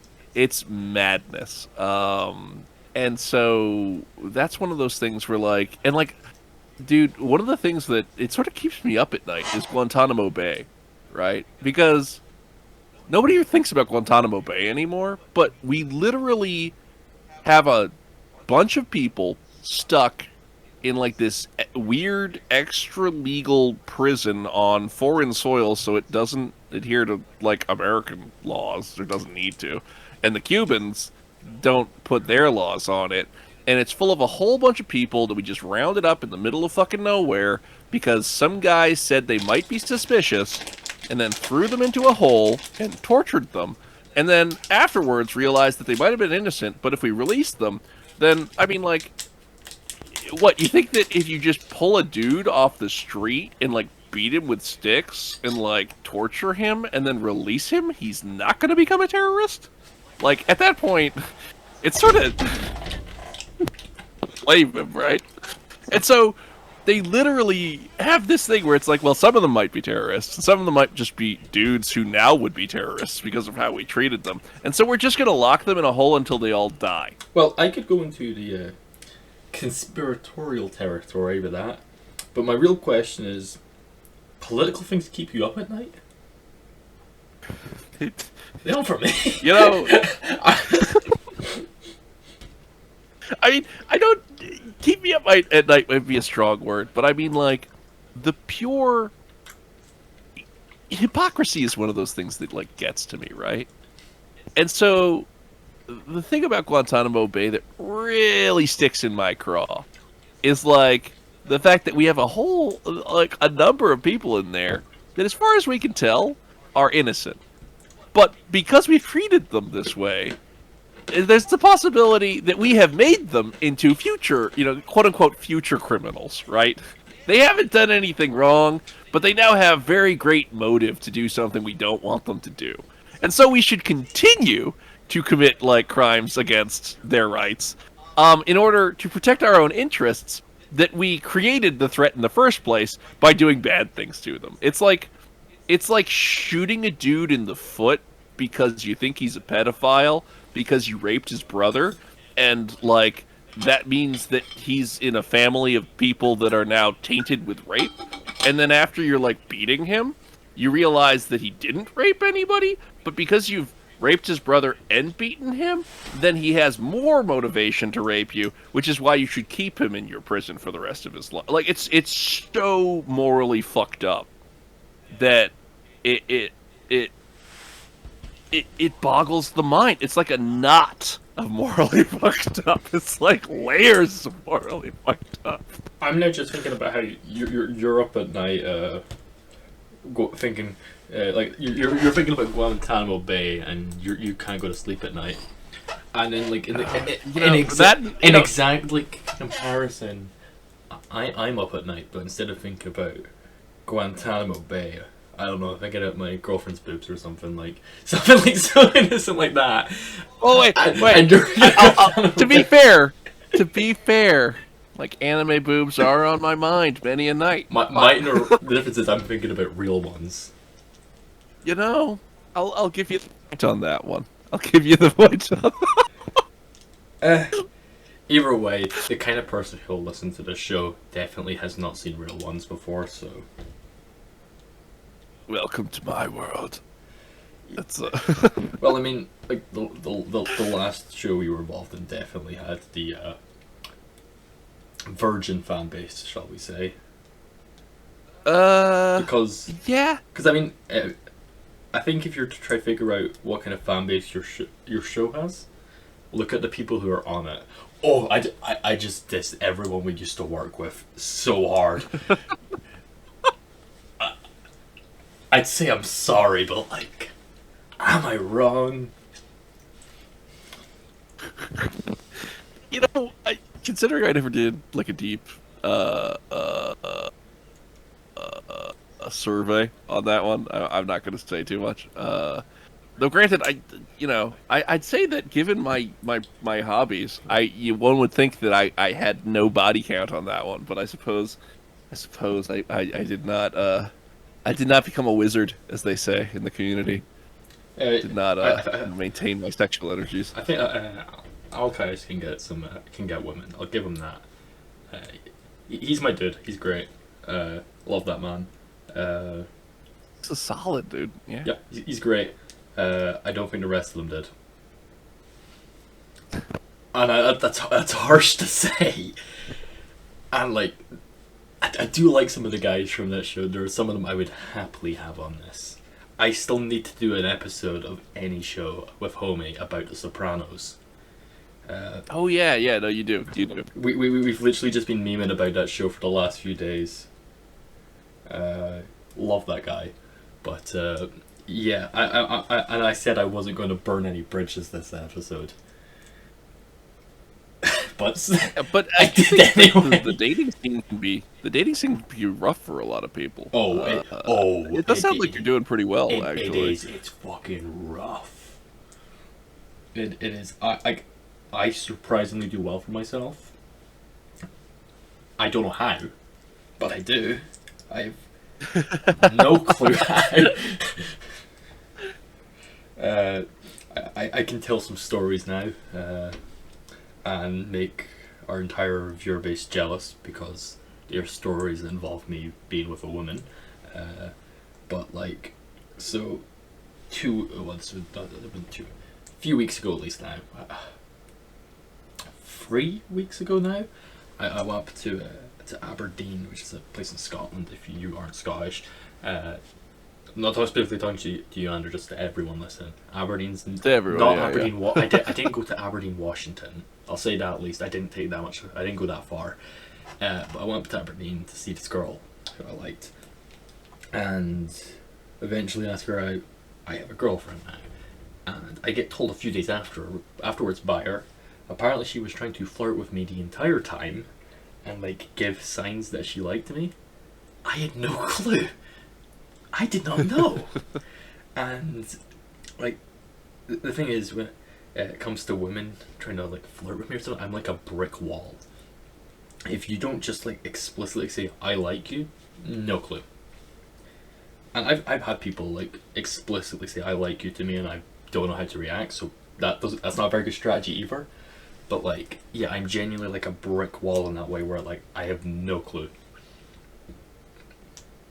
So essentially, like, trying to approach me for anything romantic is like automatically a lost cause, because if you try to flirt, I won't pick up on it, and if you just flat out tell me, I'll feel awkward and not know how to react.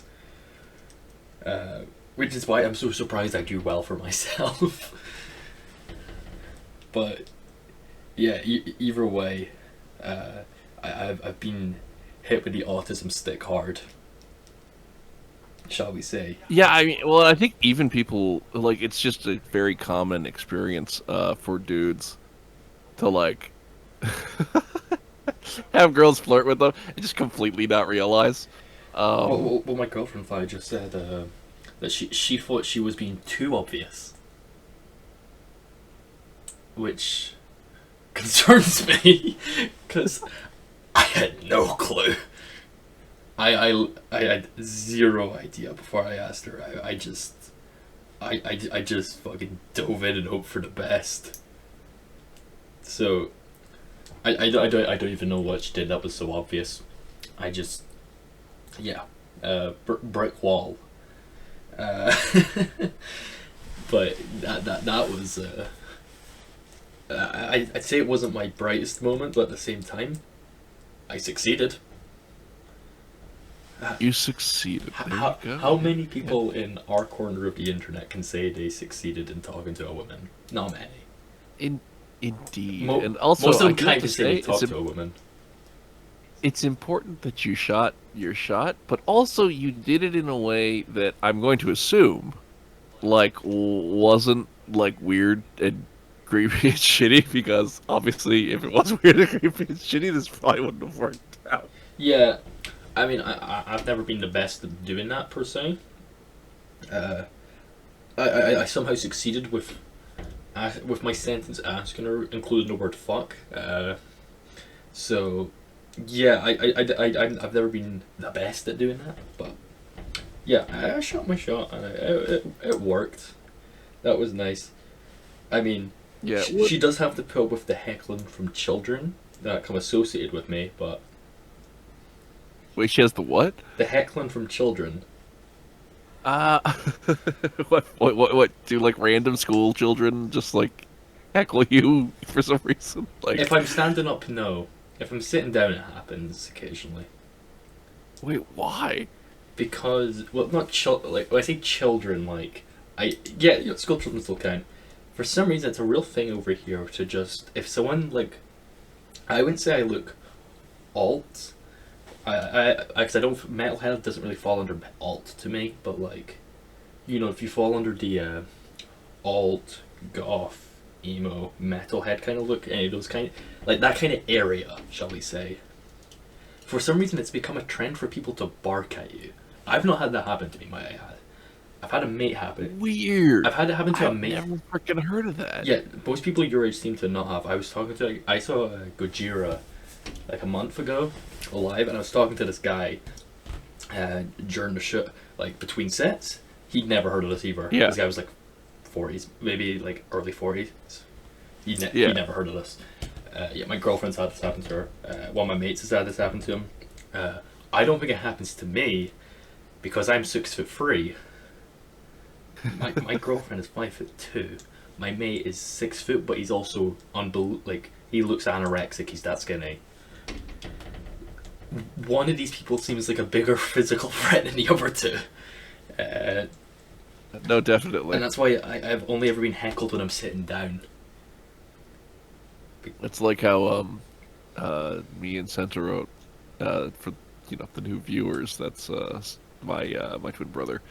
We go listen had to the friends PCM, that got. Go listen to the PCM podcast. That's my. Or- Get caught up on your lore. Get caught up on your Anderville lore. Though if you feel like it. yeah. Though I'm not Angus McThrasher. We may sound alike, but I'm not him. Two different people. Anyway, Two completely different people. continue. Internet Twitter. But no, it was one thing where, like, I had friends that got, like, the stereotypical, like, the popular kid, like, shoves them up against a locker, like, or laughs at them for, like, Magic the Gathering experience.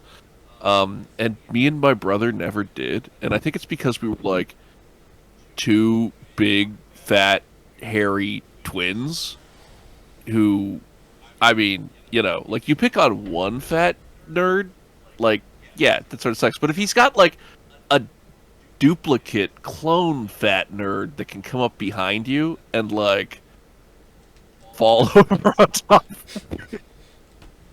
I don't know. Just nobody, like, it was weird. Nobody fucked with us.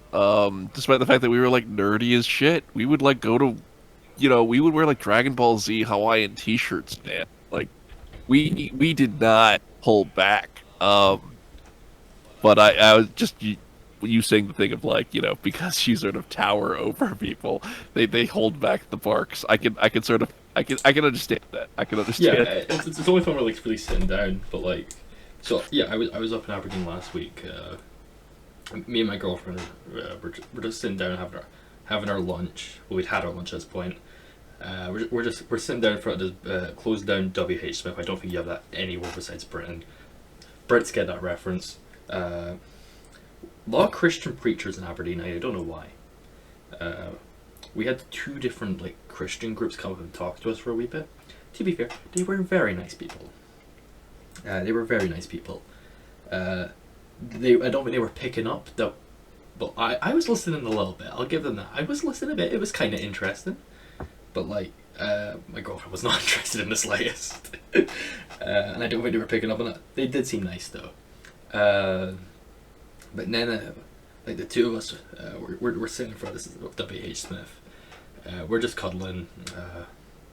I'll admit my hands were on certain parts of the chest, shall we say. This wasn't when I got heckled though. My hands weren't there when it happened. And these kids like walk past and they just shout at us, "Get a room." I'm caught off guard. Admittedly, my response was not great. I just shouted back at them, "It's not like we're fucking or anything." And the kids did not. The kids did not expect me to respond. So the kids they look shocked that I shouted back at them. So Yeah. So the kids look really shocked and just shout, "Get a room again." And I'm like, I'm fucking dumb at this, and I just shout at them, "Okay, buddy," and then they keep walking. Yeah, no, those kids were not expecting someone to actually like shout back at their bullshit. They just assumed, all right, easy target. They're a grown adult. He can't do shit. Motherfucker, I'm 17. I'm allowed to shout at you still. Yeah, no, that's Yeah, no, I there was a few looks of. a proper clap back. I was just caught off guard. We got a few dirty looks as well, but from like older people though.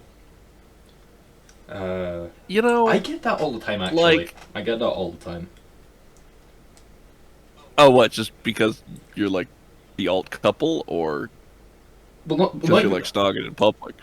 Not even snogging in public. My hands were just on your breast a little. That's all. Oh wait, is snogging like not like making out? Like That's is snogging having sex? No, snogging's making out over here. I hate that word, but no, like we weren't kissing or anything.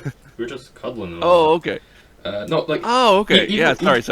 Even when I'm not with her though, like I get dirty looks from old people. But I don't know. Maybe they think I kidnapped her because she looks like she could be my daughter because she's 5'2" and I'm 6'3". Like nothing wrong with a little size, a little height difference. I know. It just looks like she genuinely could be my daughter because she doesn't even reach my shoulders. Which is funny. Don't get me wrong. That is really funny. I ain't complaining, but like, yeah, I don't know. Maybe the dirty looks is the thing of she's been kidnapped or something. But there's only slightly over a year between us. I'd like to make that clear for everyone. It's not like I'm dating a child or something. I mean, and now my assumption was that you guys were pretty much at the same grade, and well, basically, it's just over a year younger. Okay. Which that's not so bad. That's an acceptable level. Yeah. Yeah. But nonetheless, Aberdeen's a fucking weird place and a cold place. It's cold there. I cannot wait. I'm actually just at the point where I'm like, I just want it to be summer now. I just, like when it was like I wanted it to get cold so I could wear like hoodie and battle jacket together and not be way too warm. But now I'm just like, oh, fuck, just let it be summer so I can just wear tank tops all the time. Fuck this shit. You Gotta get that good weather. Yeah, I mean, you're pretty lucky because Japan's pretty warm all the time, but... Oh, what? What? Is it... My I thought friend. it was always warm.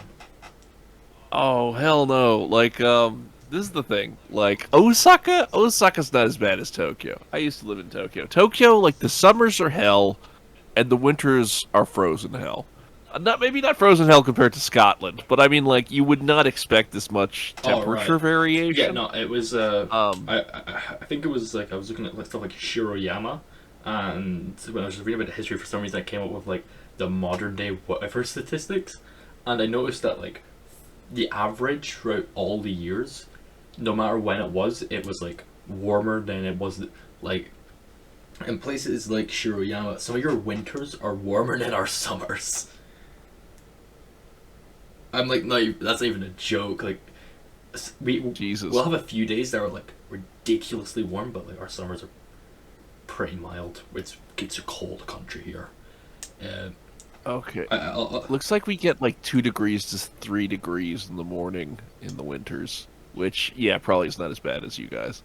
Yeah, no. When I was waiting out, I got locked in my house yesterday. I'm not gonna go into this whole story. I think I was sitting in about -2 degrees out in a metal garden chair, so you can imagine how cold I was. I want to say Jesus. It was -2 or -3. It was something like that. I genuinely I couldn't feel my hands. Yeah, that's. I'm glad you got through that without like frostbite or something. That's pretty fucked, dude. Yeah, I was very I like without even thinking about it. I put on a beanie before I left the house. So glad I did that. My ears would have fucking frozen otherwise. Oh yeah. There was a few steps that I took before I left, unintentionally, that ended up working out really well. Because I put on a random pair of jeans of mine. Those happened to have my earphones in them as well, so I could listen to music while I waited. Good. Yeah, so that was nice. That was really nice until my phone died. But that brief moment where I could listen to prog metal while fucking freezing to death, I liked that. That was nice. You could feel the metal in the moment. Depends what I was listening to. Some of it's. I mean, I think warm weather is more of a metal thing than cold weather. I mean, you do have like Iced Earth, who are kind of shit, and their vocalist was in January 6th, but I'd say for the most part, like Heat seems to be the metalist neck because Hell. Nonetheless, I enjoyed it. Though I probably need to start like clearing my playlist because like my phone has like no storage anymore because shit. Let's see how many songs are on my playlist. Oh wait, do you listen to music on MP3? Spotify. Let's see. Okay. Because I've actually started to bump up into this wall on Spotify, where the early '90s and aughts minor anime songs that I'm looking for are not on Spotify. All right. Most metal I've been thinking about most metal I like. What'd you say? Most metal I like is on there, so I'm fine. Yeah, I've got my. Yeah, most modern music is pretty well represented. Okay, my playlist is 774 songs, and Jesus, that equals to 61 hours and 26 minutes. Jesus. I have that all downloaded on a really old phone as well. It is no surprise my phone runs so slow. Yeah, you might wanna. I mean, does it not have? You could get like an SD card these days. Maybe, but my phone's so fucking slow that it won't make much of a difference anyway. But either way, and then you also have to consider the one other thing that no one really considers when I explain how long my playlist is. I like prog, so I have songs on here that are like 20 minutes long. Yeah, I was gonna say that 700 songs and 61 hours does seem like a pretty long average song length. Yeah, well, I mean, the most songs I have by any band is Dream Theater, and their like average song length is like 8 to 9 minutes. I think the longest song I have on here is Octavarium, which is 24 minutes. Let's see. Jesus. Let's see if I can get longer.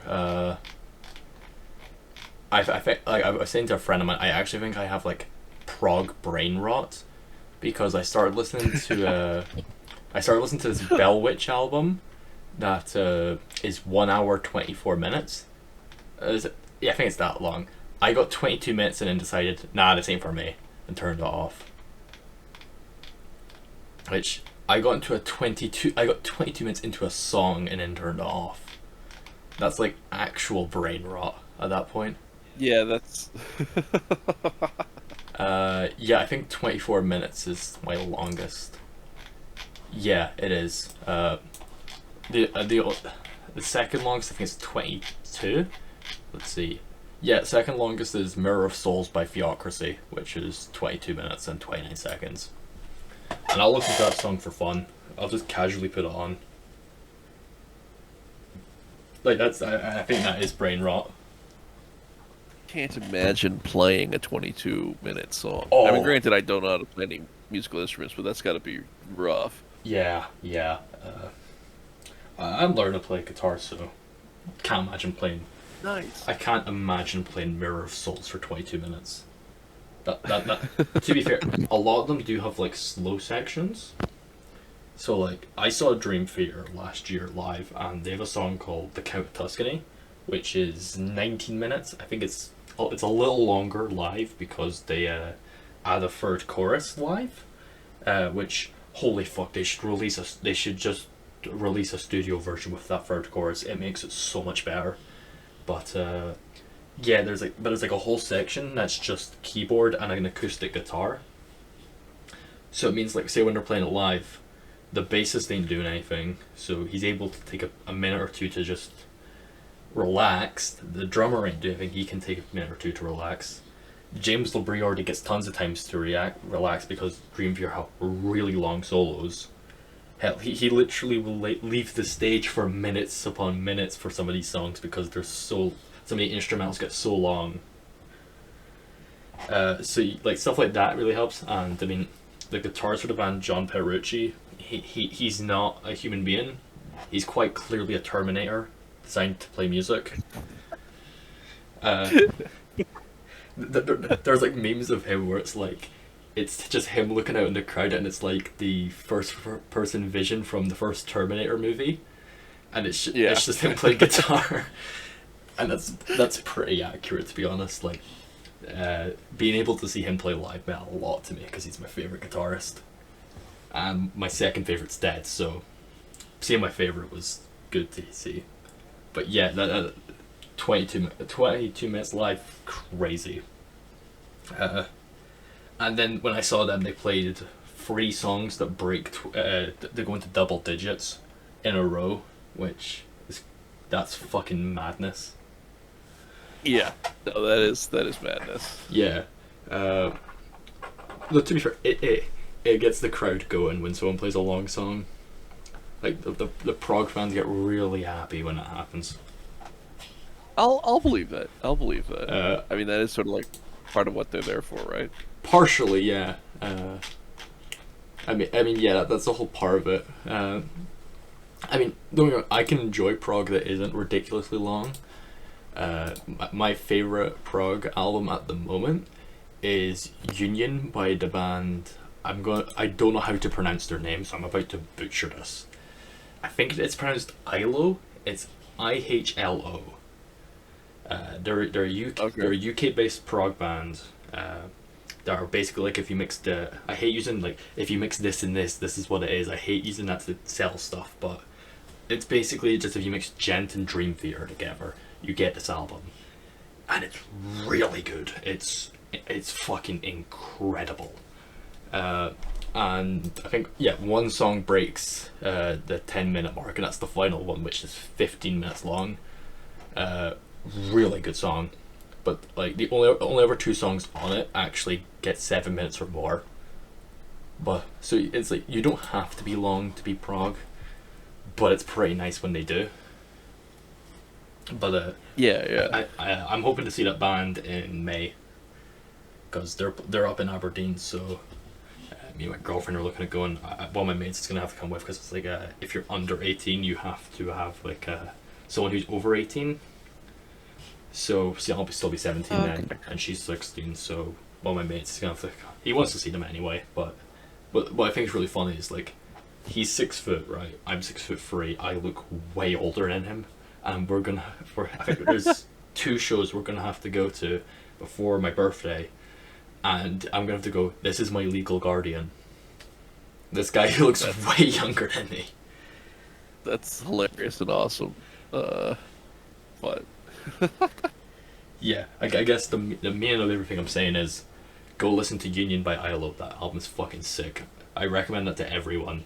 I will put that in the description. That album is fucking awesome. I love my thing. Take a little bit of the chunk out of my baby metal listening to. No, they're shit. They're shit. What? Oh, I will not abide by the baby metal hate. They're not good. They're not good. Oh, wow. ILO's only got. Wait, is this the ILO that. Union? Yeah, no, this is the ILO. I didn't. 5,000 listeners a month. Like, you got some, like, some good, niche taste there. Oh yeah, no, I can go nicher, but like for the a metal band that comes from like around my area, that's pretty big.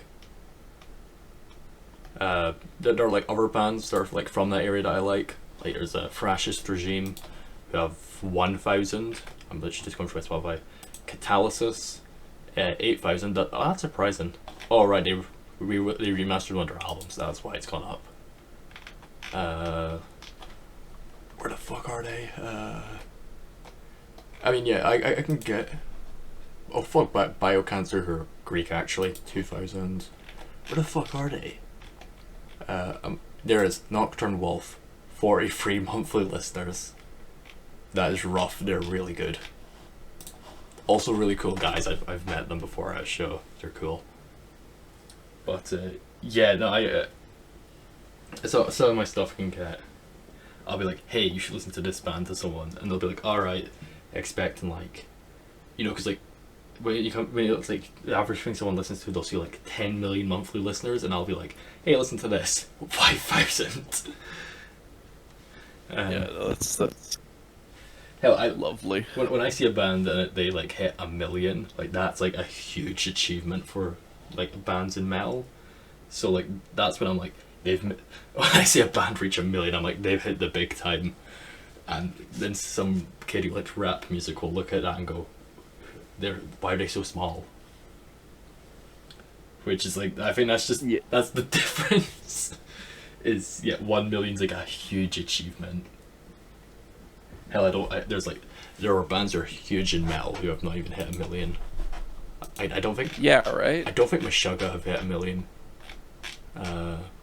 That's where it's like, fucking hell, they've only got 670,000. They're headlining what's it called? Bloodstock. Yeah, it's. And yet, Jesus. Yeah, I mean some bands do well for like Pantera somehow have 5 million. Oh, Creator have hit 1 million. So I mean some bands do. It's just only if you're like really big. Fear Factory haven't. They're just off. And more people need to appreciate Fear Factory. Those guys are awesome. But yeah, like that's passing the 1 million mark. That's an achievement. I think Gojira have done at this point, but yeah, support local bands. That's my whole take on this in general. Support local bands. Yeah, I agree with this message.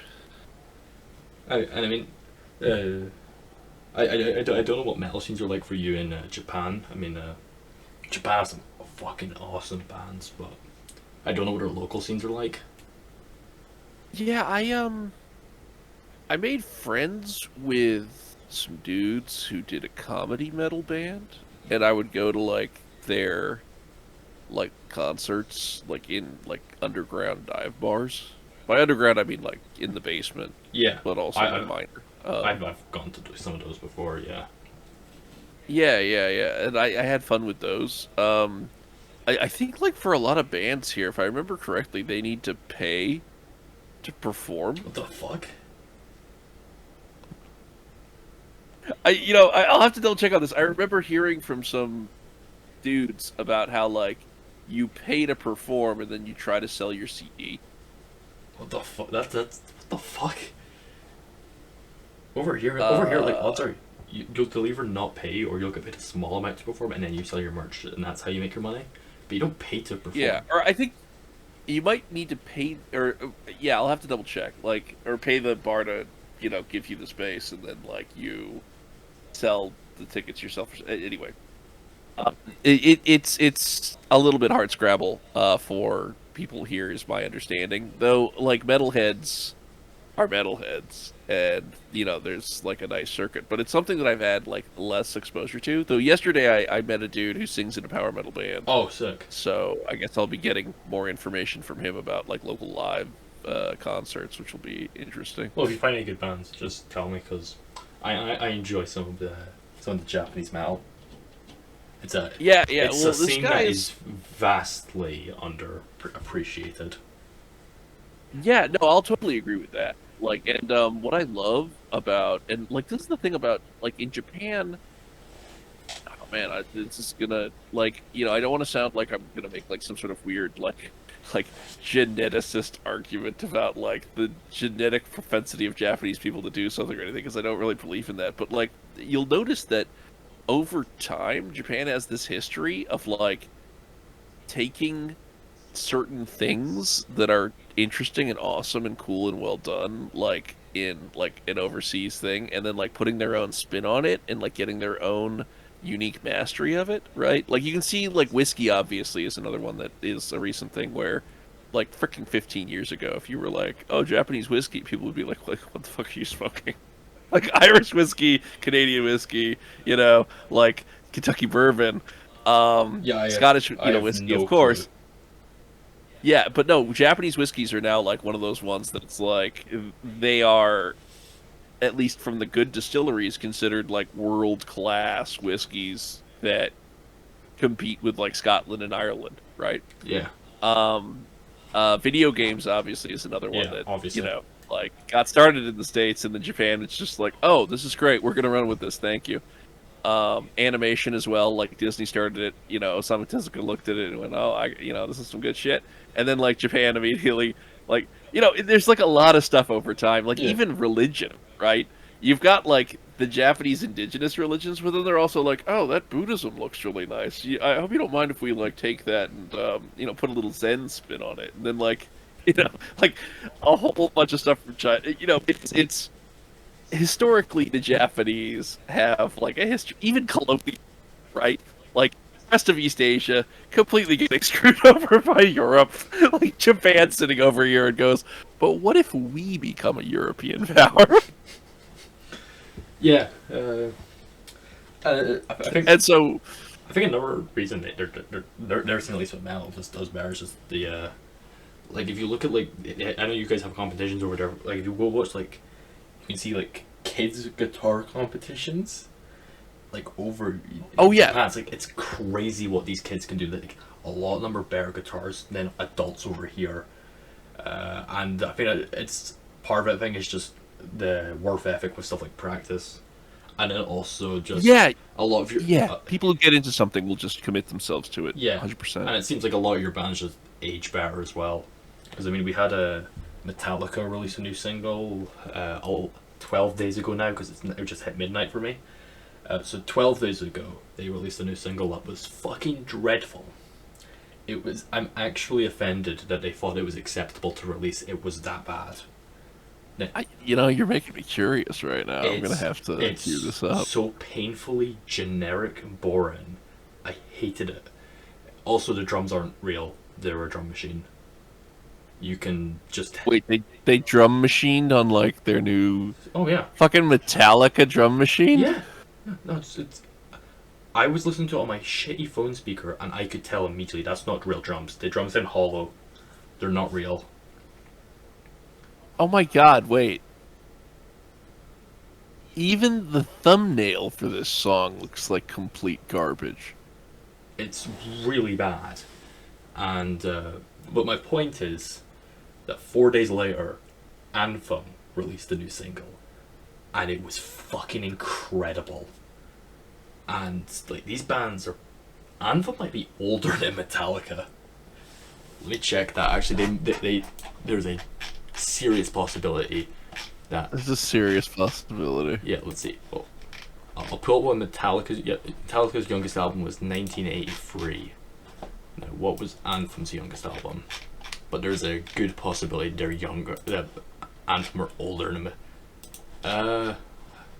Okay, Anthem's first album was 1985, so Metallica, their youngest album is 2 years younger than Anthem's. However, when it comes to member ages, I don't know. Either way, they're about the same age, really. And Anthem, they're still to have a bad album. And Metallica haven't been good since And Justice for All. And I think, yeah, it's just that contrast. Two bands, same age, same time period for a new single as well. And yeah, Anthem's was like, it was a pretty standard Anthem single. The vocalist did all those weird noises he does. It had a really sick guitar tone, fast, just fast. It was a standard Anthem single, but it was a really good standard Anthem single. Metallica's was like, it sounded like an AI wrote a Metallica song. That's how I would describe it. And there's like a serious part of the fan base who believe it was wrote by an AI. I guess I'm gonna have to go check this So, out when I get the chance. Check out the Anthem single. Don't check out the Metallica single. It's bad.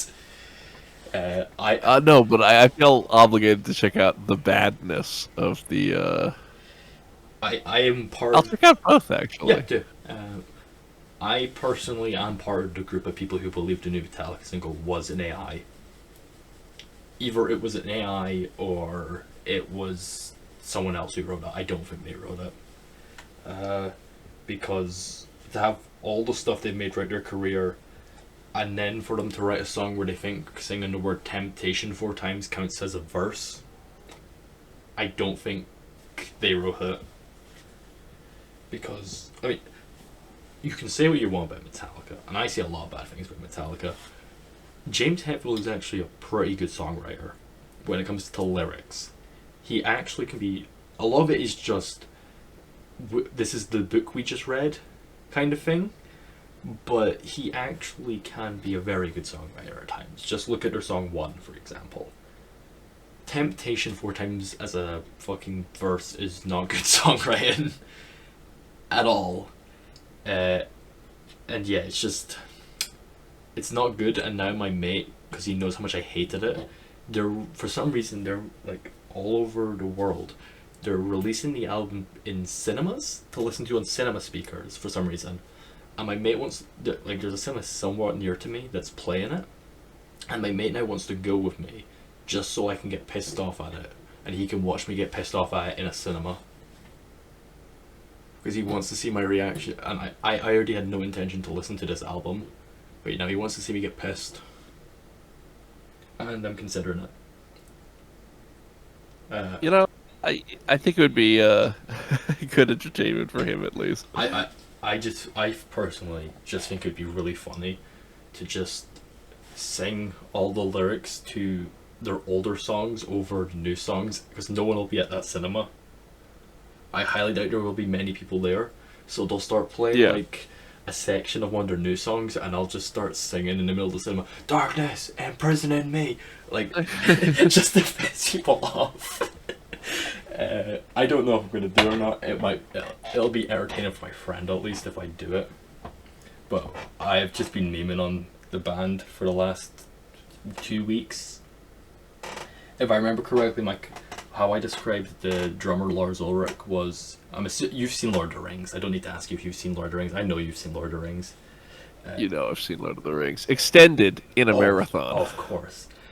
You know in Two Towers, the orc who wants to eat Merry and Pippin, And he's got like that line where he's like, Hobbit's back on the menu, boys. You know that guy? Or meat's back on the menu. Meat's boys. back on the menu, boys.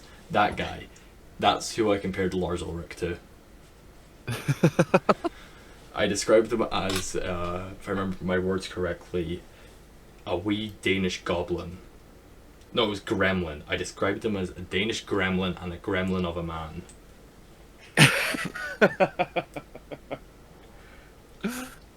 Oh, If that gives some indication of my feelings towards Lars Ulrich.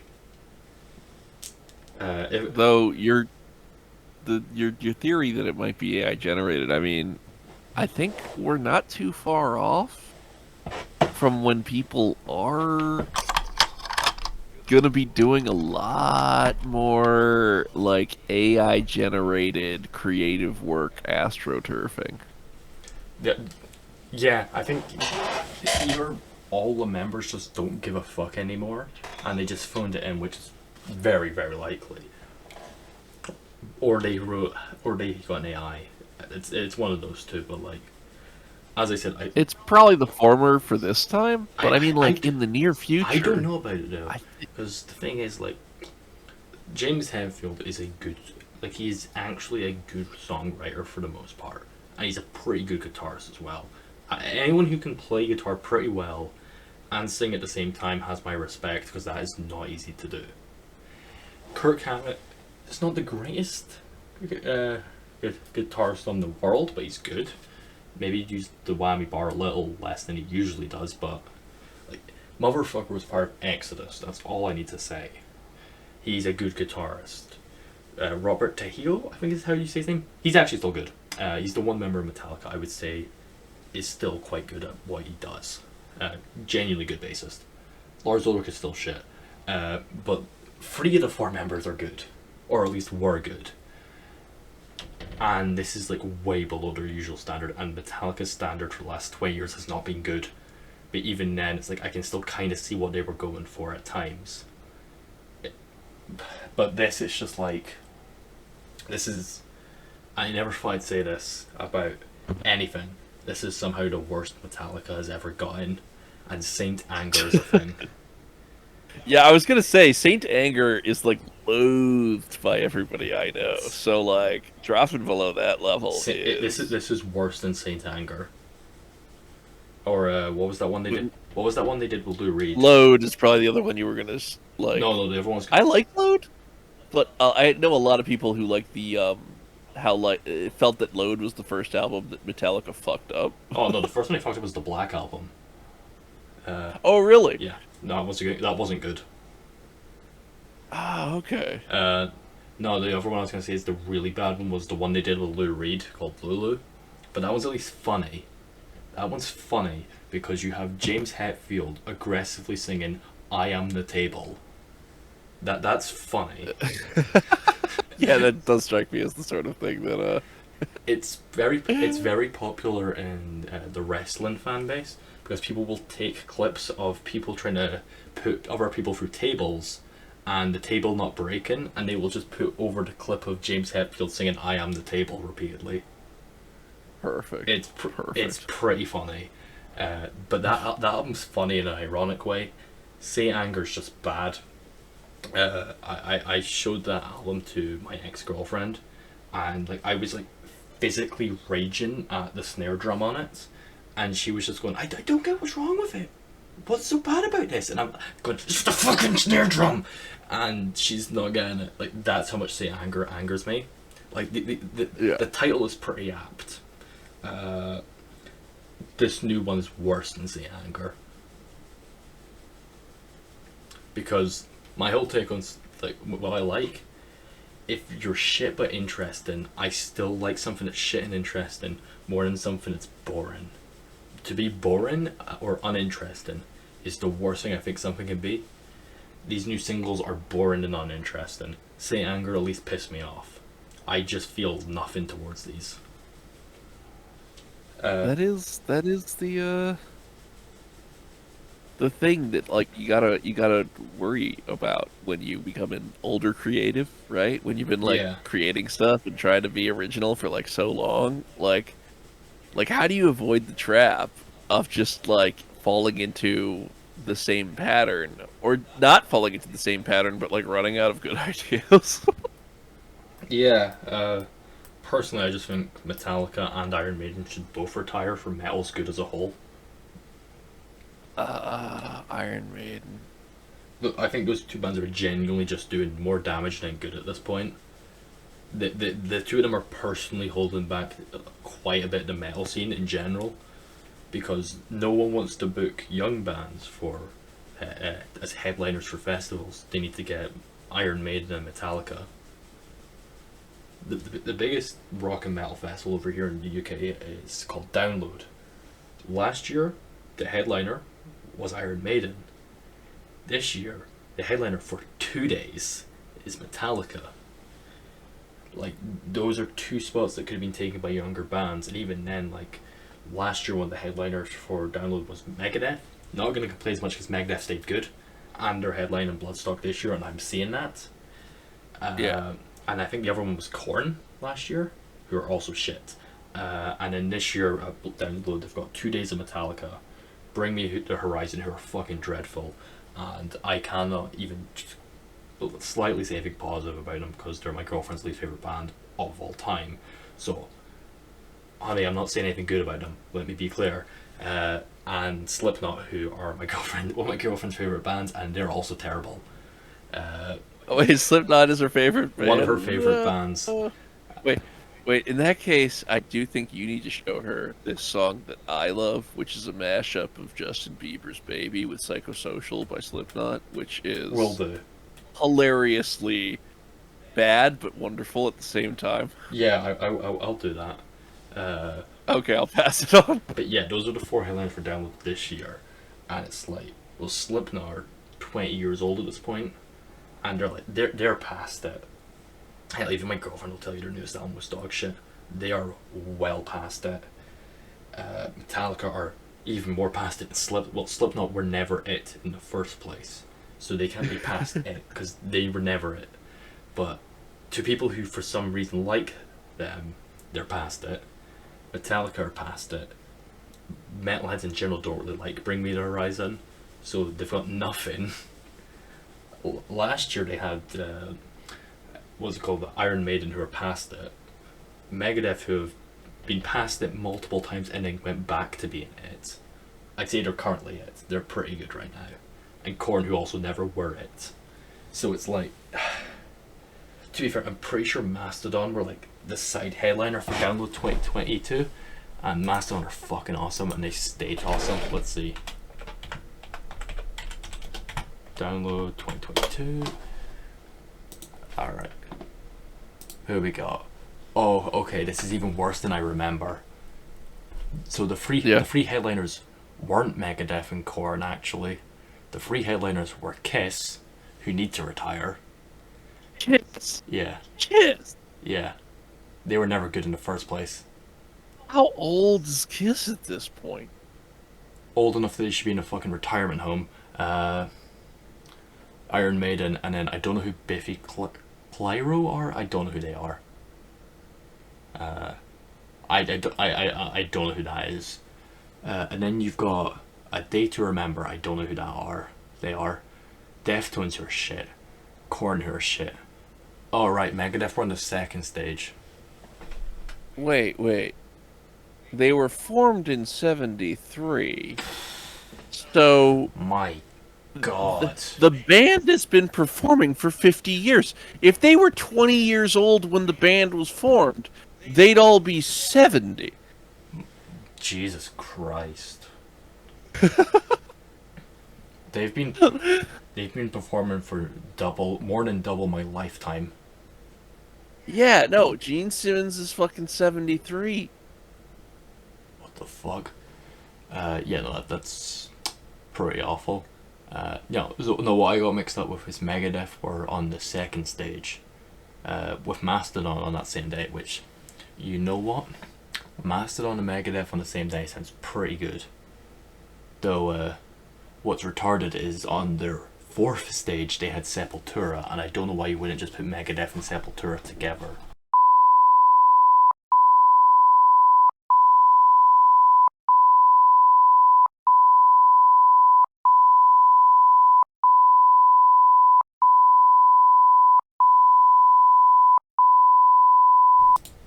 having trouble coming to terms with the fact that Kiss is still performing.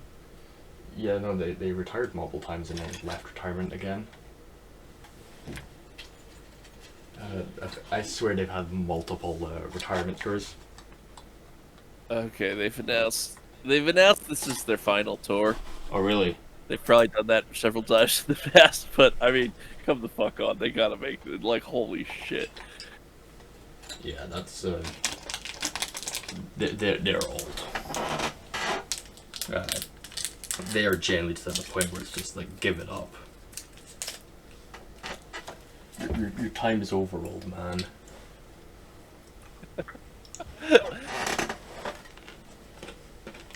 But nonetheless, my point overall is that these festivals should stop getting Kiss and Iron Maiden. They should all retire and let younger bands headline who aren't Slipknot or Bring Me the Horizon.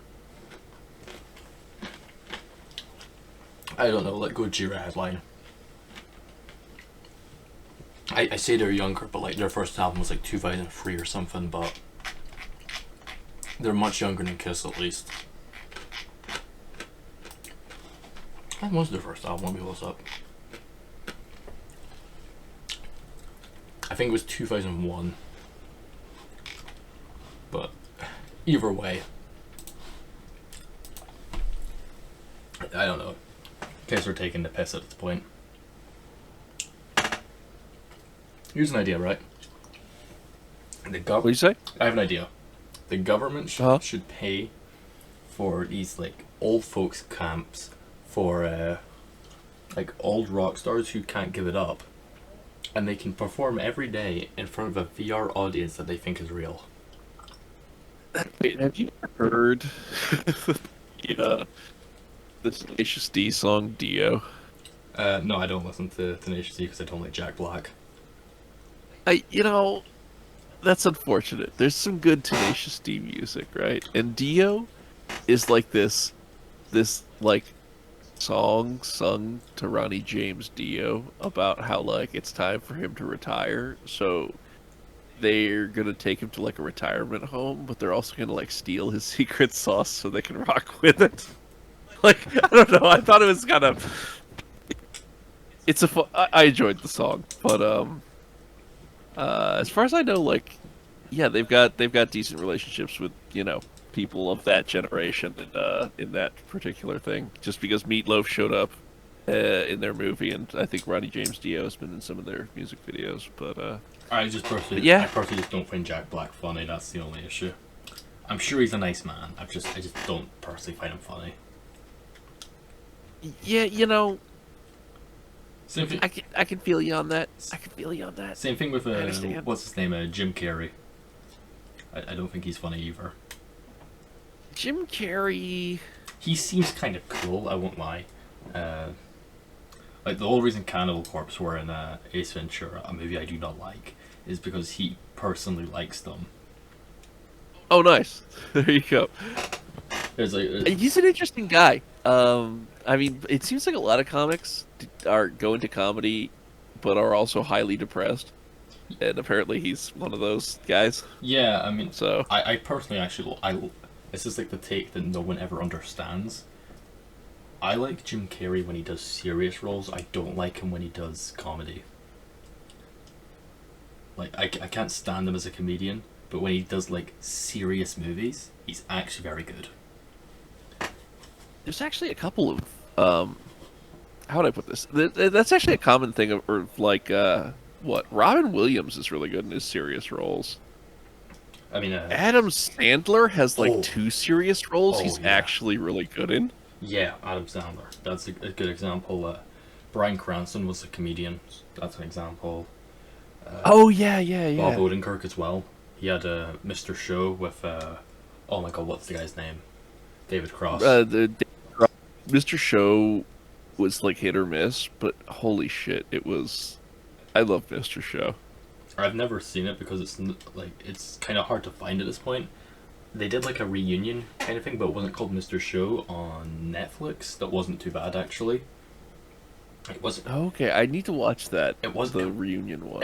I call it. It was them doing skits again. It wasn't called Mr. Show. What was it called? I want to say it was just called something like With Bob and David or something like that. Okay. I remember it not being too bad. It's been a while since I watched it though. But no, this, yeah, Mr. Show. I need to see if I can get like DVDs of it or something. It was solid when it was solid. Yeah, I've still got to see it at some point. But yeah, like, or it's in Jim Carrey and Tenacious D and all that. Either way, you get all the old rock stars to retire by force. You know, I say this. By force. I say to send them to retirement camps, but quite a lot of them probably aren't very nice people. So, if they took them all back, just shot them in the back of the head, like Wait, mice yeah, and, don't. of mice This and is men. Them. slippery slope. You slippery slope. You put you put a bullet in the head of one old rock star, and soon you're overthrowing governments, setting up re-education camps. So. Look, I'm just suggesting it's a mercy killing where he's gonna off mice and men them. All right, just keep looking at the rabbits. I think at this point, for all their legacies, we're doing them a mercy killing. It's coming from a place of admiration that I want them to just protect their legacy at this point. I think if you're gonna do that, no, wait. I was gonna say I realize philosophically, because you're straight edge, you wouldn't be down with like giving them the most intense after party ever, and they do like the longest coke heroin line in existence, and then just ride off into the sunset of non-existence. Like, if I ever had to like die, death by drug overdose is probably preferable to like being shot, but Yeah, no, thanks.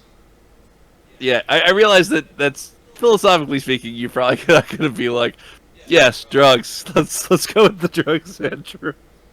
I'm sure some of them would not would have no issue with that option, but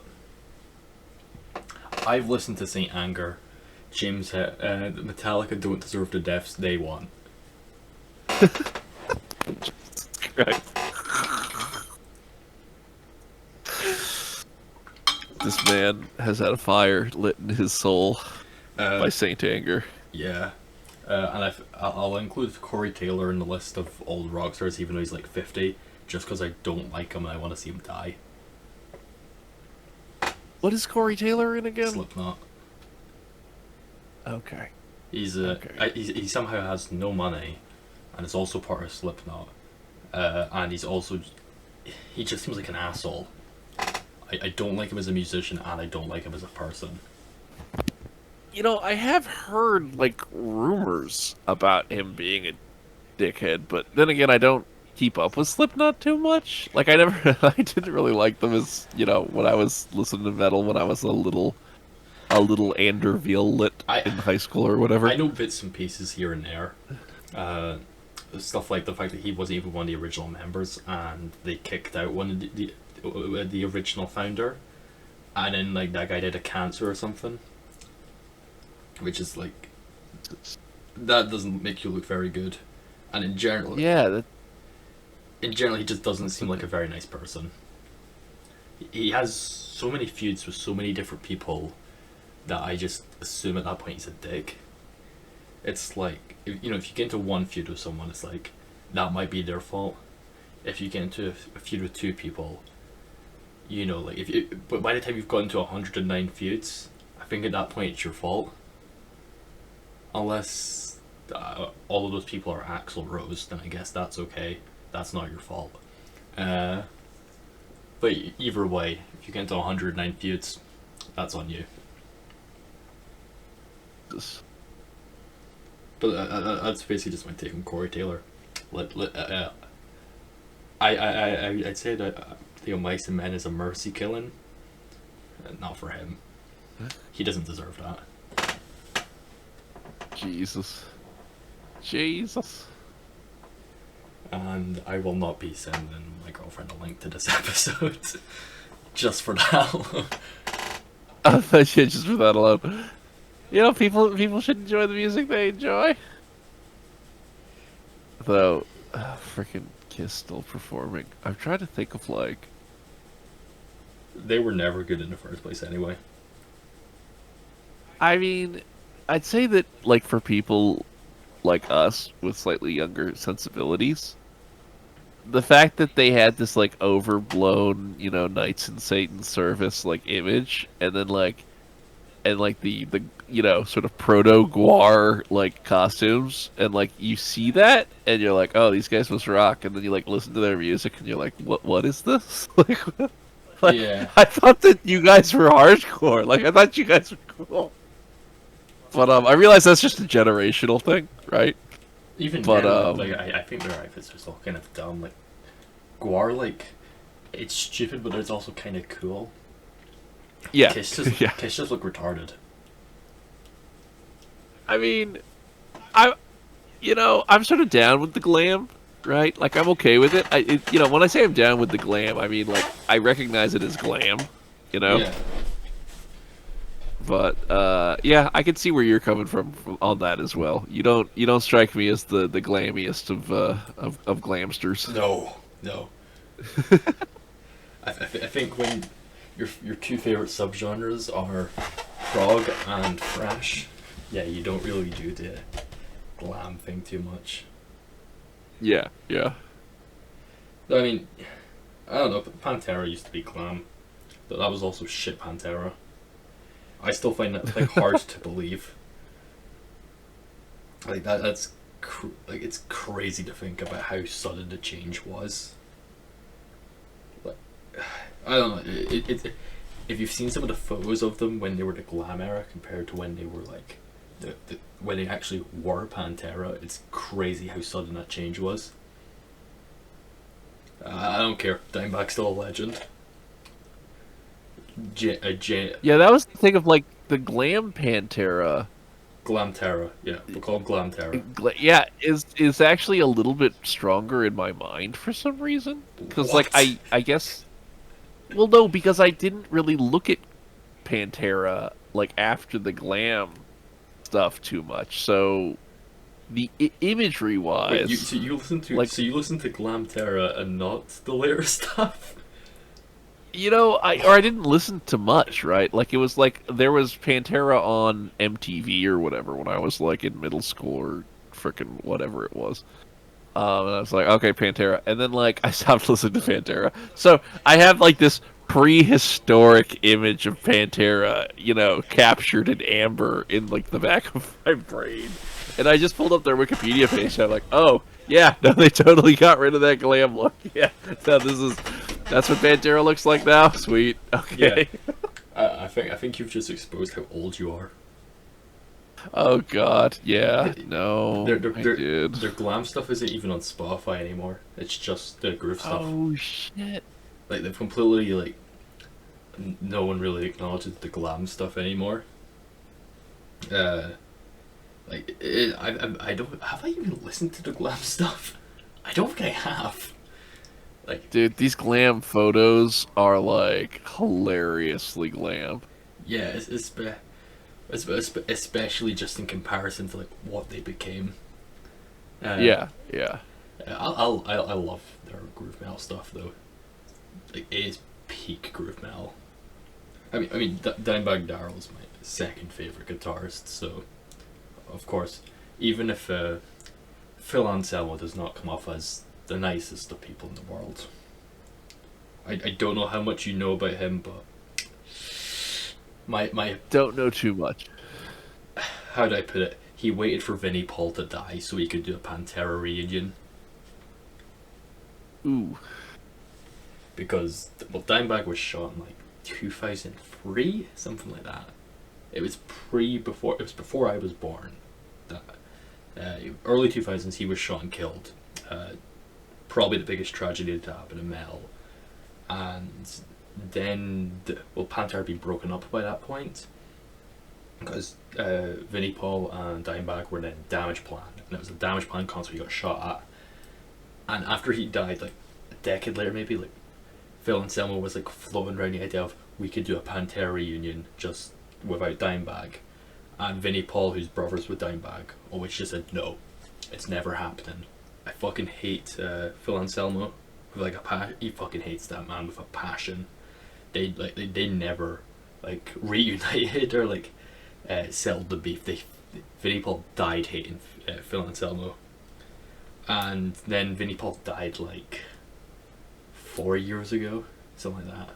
And then like last year, Phil Anselmo then announces, "Hey, me and the bassist Rex Brown are doing a Pantera reunion." So it's quite clear he waited for Vinnie Paul to die. Jesus. And that's not even getting into the racism controversies. Oh shit. All you need to know is that Phil Anselmo on stage did the Sea Kyle and shouted "White Power." Which, That's pretty ballsy for a band of the size, you know. yeah, I mean, Yeah, no, that's not really cool. quite a lot of the members have like some kind of like racism connected to them. Like people have tried to call Dimebag a racist for ages, for basically two different clips. One is the fact that he had a Confederate flag guitar, which is the man's from Texas. Yeah, he's from Texas, so that one's kind of like there's a lot of people that honestly like don't associate with it racism in their own heads, which is its own thing. But like, I mean, I have a Confederate flag guitar strap, so I do it to piss people off though. yeah, you strike me as somebody who does it with a reaction. Yeah, I essentially just look at stuff like that as like how people used to use like satanic imagery to be provocative back in like the 80s and 90s. I just look at it as the same thing. I'm taking the imagery of something that The modern Satan. yeah, well, something that many people would call evil. I'm just taking the imagery of it to piss people off, to be provocative. It's the same way a lot of people use like Nazi imagery for stuff like that. That doesn't make you a Nazi, it just means that you're being provocative, and if you're getting offended by it, congratulations, you fell for it. But yeah, there's that, and then there's one clip of Dimebag where he uses the N-word in honestly a really funny way. Like, I'm just gonna go ahead and say it. The clip's really funny.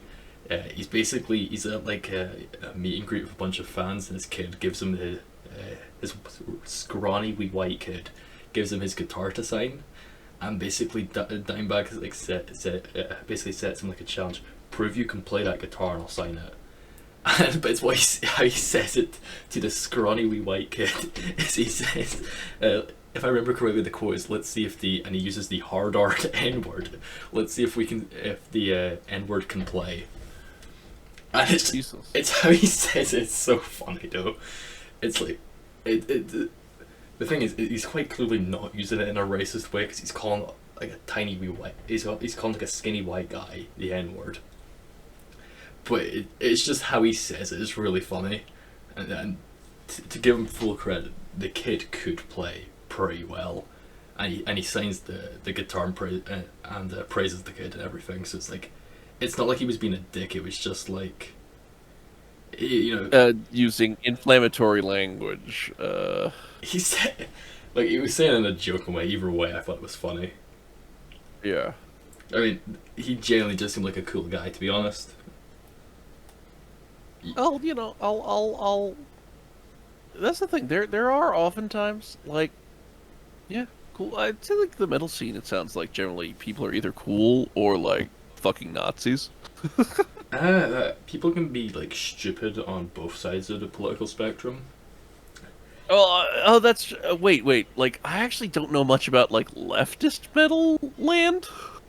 Like, when I think of metal, I think of either people that are like chill or people that are like control freaks. A lot of it seems to be more like at I'd say more local scene. There's a lot of retards. Like, there's a guy at my local scene who has a battle jacket, has a political patch on it, which political patches in the first place are fucking cringe, my ad. But it also aged really poorly, because it says on, like, I think it says "kick out the Tories," the Tories are going to lose their next election. Just going to go ahead and say that now. That's my prediction right now. They're going to lose. Yeah. So that patch is going to age atrociously because when the Tories leave the government, kick them out of Wales. Yeah, he's gonna have a kick. He's gonna have an out of date kick out the Tories patch. Yeah. He should have just gone with fuck the Tories, man. Even then, political patches are fucking cringe. I will agree that it doesn't really fit the vest on a battle jacket.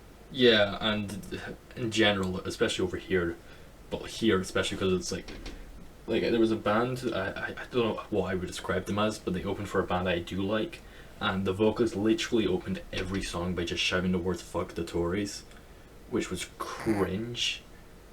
It was like embarrassing, and though isn't screaming "fuck the Tories" like the most acceptable form of political invective in Scotland? yeah, it is. It's still, but like I've talked to people who were there who said no, that was really cringe. It's like, you know, you can dislike the Tories. It's just every song, have salty, man. Yeah. The drummer for the band that was headlining is my guitar teacher, because he also plays guitar, and he's a cool guy, friend of mine. And I was talking to him about it after the show, like a few days later, and yeah, and what he said was just like, "Oh God, that was awful. That was really bad." Yeah, have like by the looks of it, they're never going to get that band to open for them ever again, entirely just because of that. Oh shit. Well, hope they learned their lesson. Probably not. But more or less, it's just have salty and not be an asshole. Yeah. Though, do you mind if I ask, like? Well, okay. I think I've made it clear that, like, or you've made it clear that you think Brexit was like a good idea, that it was executed in the worst possible way. I think is that it could have been. It could have been done worse. I'm still pro Brexit, and I'll admit I'm spiteful enough about the EU that I'm happy with how it went. It could have been done much worse, but like, for what it's worth, we got it done at least. Yeah, and obviously, because you actually live in the country, I'm going to put your opinion ahead of mine. But I'm actually on the anti-Brexit camp, and I think we've talked about that previously. Though, do you know how much of this thing outside of Brexit? I'm not sure what exactly. Oh wait, there's like the NHS is having issues these days, right? Oh, and then I suppose just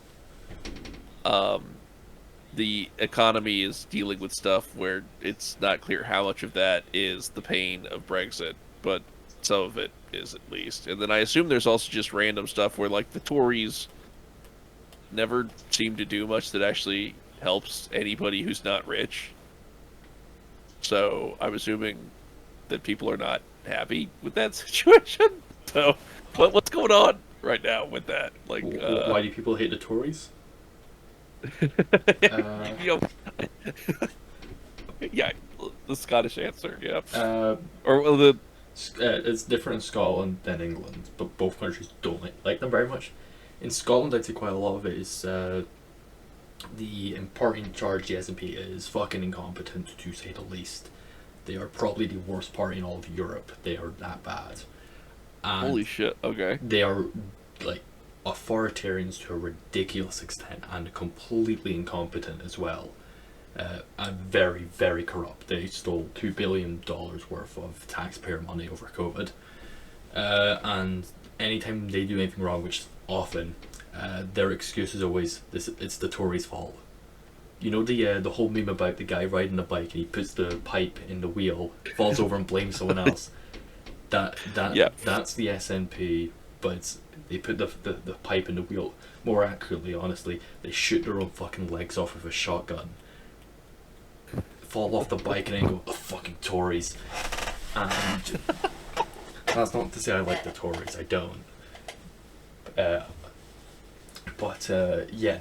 That's part of why their hate so much in Scotland. That and Thatcher is still a factor, and Scotland being about 50-50 on independence, and the Tories being an anti-independence party. So those are probably the main factors, I'd say. That, and for some reason people believe they're like a really far right party when no.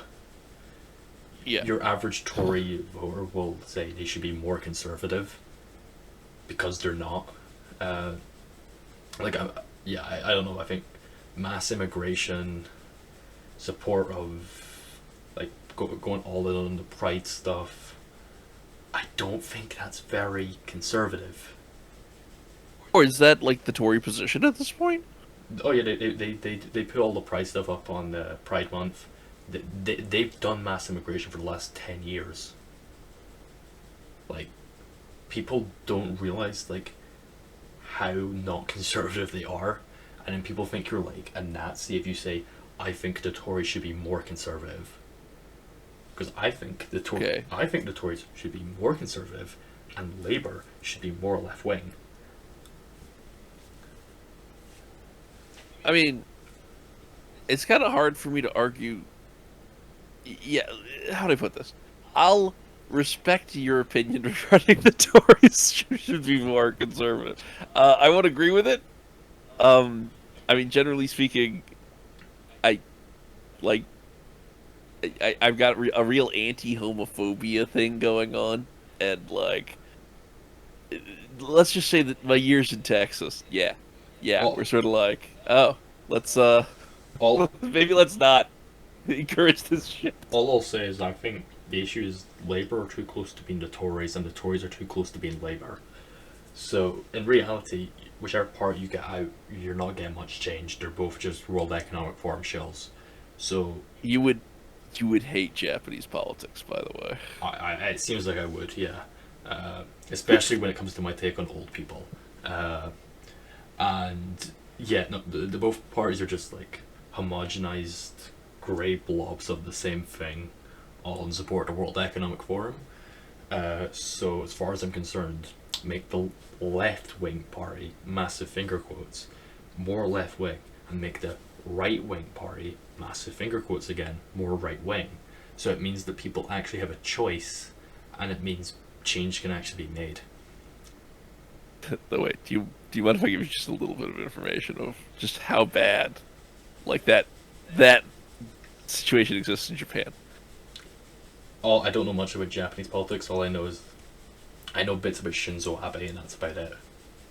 Yeah, so the lead party in Japan has like pretty much had a lockdown on the government for like the last 80 years practically, right? No, I shouldn't say 80. Like since the post-war period, like once it got back into democracy, like they've had a lockdown on the government almost constantly, right? And they're called like the Liberal Democratic Party of Japan.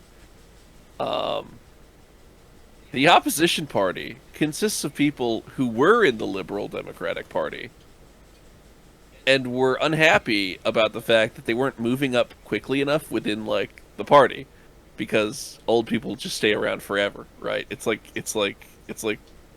yeah. And so they created their own party that fundamentally was not any different. It only exists to be an opposition party, and when the LDP fucks up, like, get votes by being the opposition.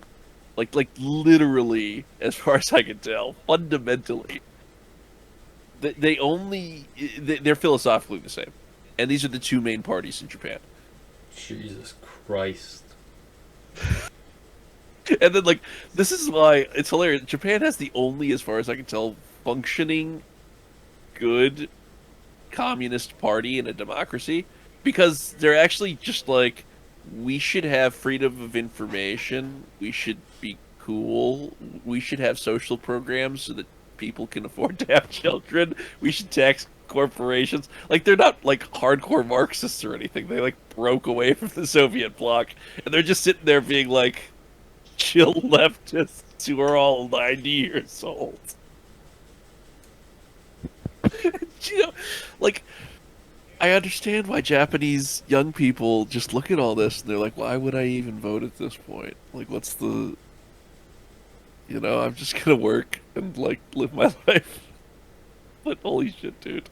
Yeah, the two opposing parties are pretty much the same party. Yeah, I don't know. I think at this point Japan looks worse than America. The thing about Japan is it's stable, and that like For how long, though? the financial. What'd you say? For how long, though? That's a good question. I would also say the fact that like the politics here are not as corrupted by like the fat, sweaty, greedy hands of mammon, so to speak. Like it feels like in the West, in America at least, right? It's like, all right, insider trading laws. Get anything you can from lobbyists. Become a lobbyist after you retire, if you ever retire and you aren't in politics for like 100 years. It's like the pure cult of take everything that you can for yourself is insane, right? Yeah. And the fact that it isn't in Japan, that alone actually makes things bearable to me, right? Like, yeah, the government is geriatric and nothing happens and nobody cares except for old people because they have nothing better to do than to vote and they outnumber everyone else. So it's a government that exists to follow the interests of people who are not the future. Nice. Wonderful. Cool. Yeah. But for the most part, like it doesn't suck that bad to live here. Yeah, it's going in that direction, and hopefully more people will fight against it. But like compared to oh, I'm gonna be in debt for the rest of my life, and I'll never be able to afford a house.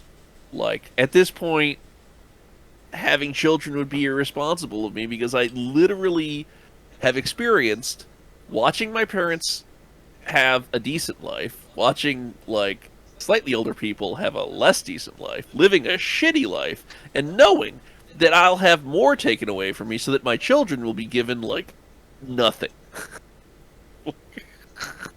Yeah. I'm sorry. That's. I feel like I'm just sort of dumping a little bit of like a thing on you. Hopefully, people will fight back. They won't. They don't until they do. Like, but on the other hand, I do also feel like the people in power, like, are shoring up their shit. Like, I was reading about some guy who I forget what his deal was. He was like a collapse, anthropology or economics related scientist, and like apparently all these like rich people started going to him to talk about like the collapse of society. Except when they went to him, he was expecting to be called into these conferences, so they could talk about how they would use their wealth to prevent society from collapsing. But as you could probably guess where this is heading, Oh yeah, for sure. they had no interest in that shit. They were like, so, if I have this bunker out in the middle of Colorado and I hire all these Marines to, like, control my bunker so that I can have my little fiefdom after the U.S. government collapses, how do I stop the Marines from turning on me after currency no longer has value? Jesus Christ. And, it's like, what's hilarious to me is the, like, high school dropout brain date answer is maybe you should offer some value to the Marines. Yeah. Maybe you should be able to provide something to their existence that is not just, fucking money. Maybe the fact that you can't do that is symptomatic of what the issue is here. Yeah. Oh, God, it's...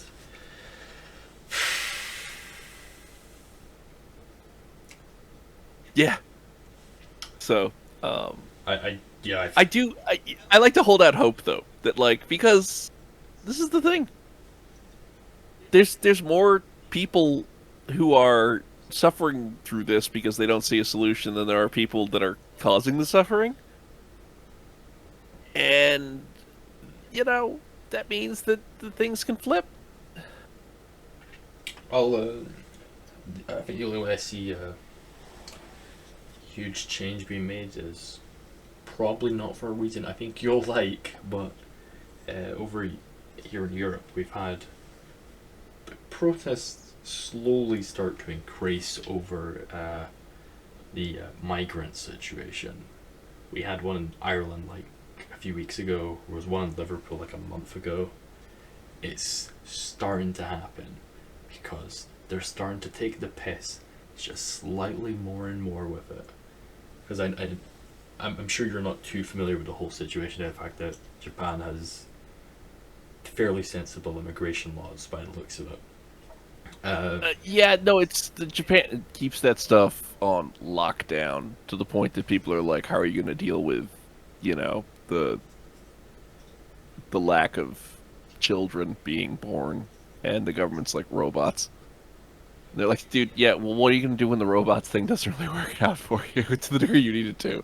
And then people are silent. But there is the sort of like, at this point, immigration is low. It's possible that they'll pump it up in the future. I hope because they of, don't. you know, well, it's always the economics, right? Like it's always people who have business interests that are sort of like immigrants. Man, you know what I could go for? Some like really cheap labor from a place with people who are used to being paid nothing. Like that's. Yeah, I hate that shit. I think national identity matters way more than money. But either way, they're taking the piss just slightly more and more over here, because we have refugees from Albania and Morocco, countries who are currently at war right now, huh?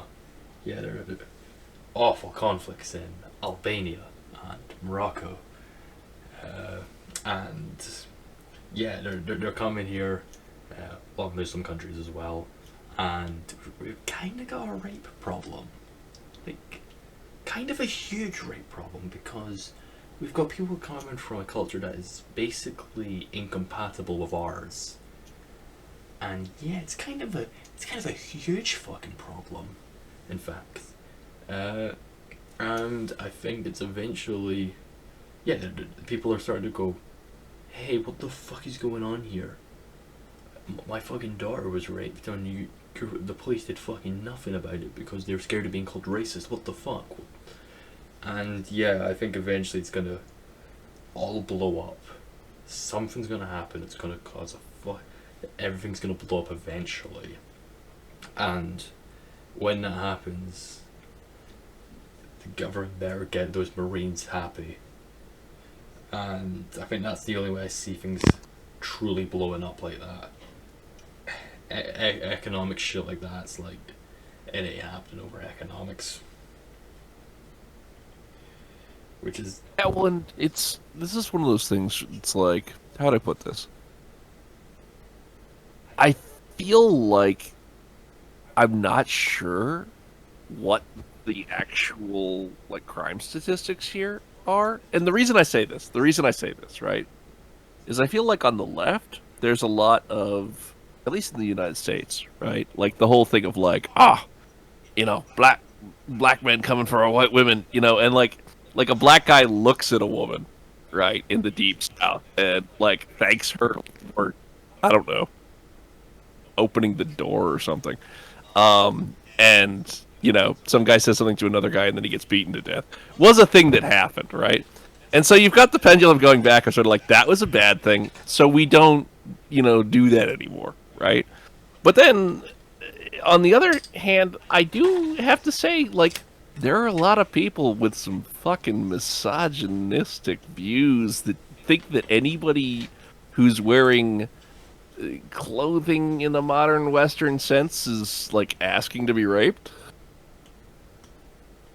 And Yeah. I agree that is not a very compatible view with existing in, you know, secular Western countries where you show your shoulders. Oh, it was worse than that. We had one school over here, down in England, where schoolgirls were told to cover their ankles. Because they were being watched on the playground by Muslim men who are apparently not particularly fond of the ankles being shown.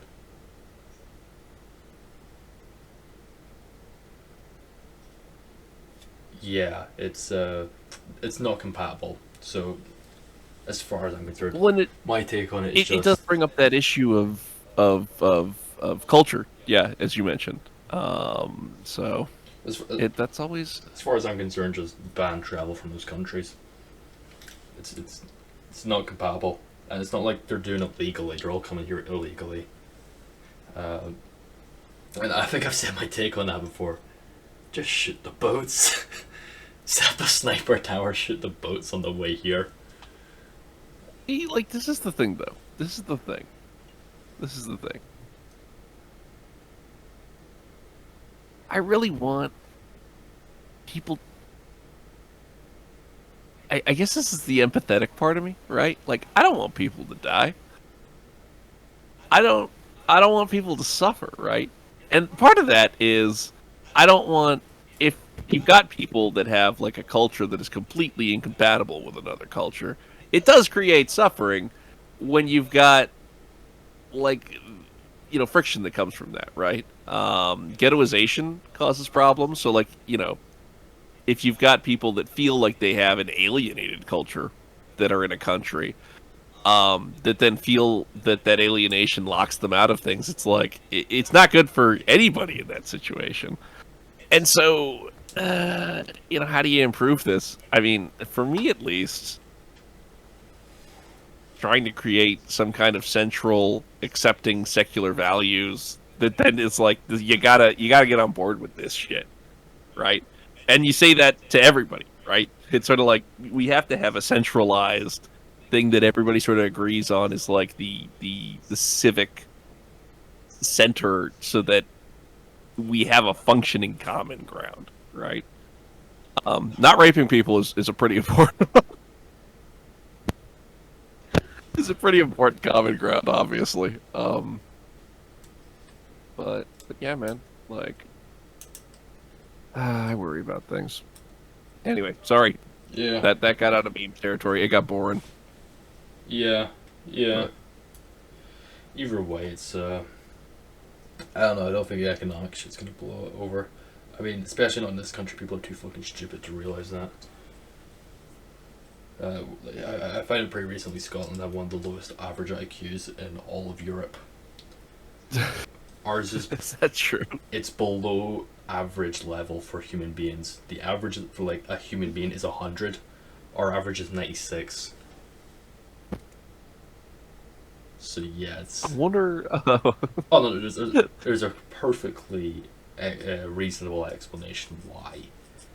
Because intelligent people leave Scotland. We have serious brain drain in this country. So they'll either go down to England or they'll go even further. So like the vast majority of people with basic intelligence leave, and what you're left with are drunks and druggies.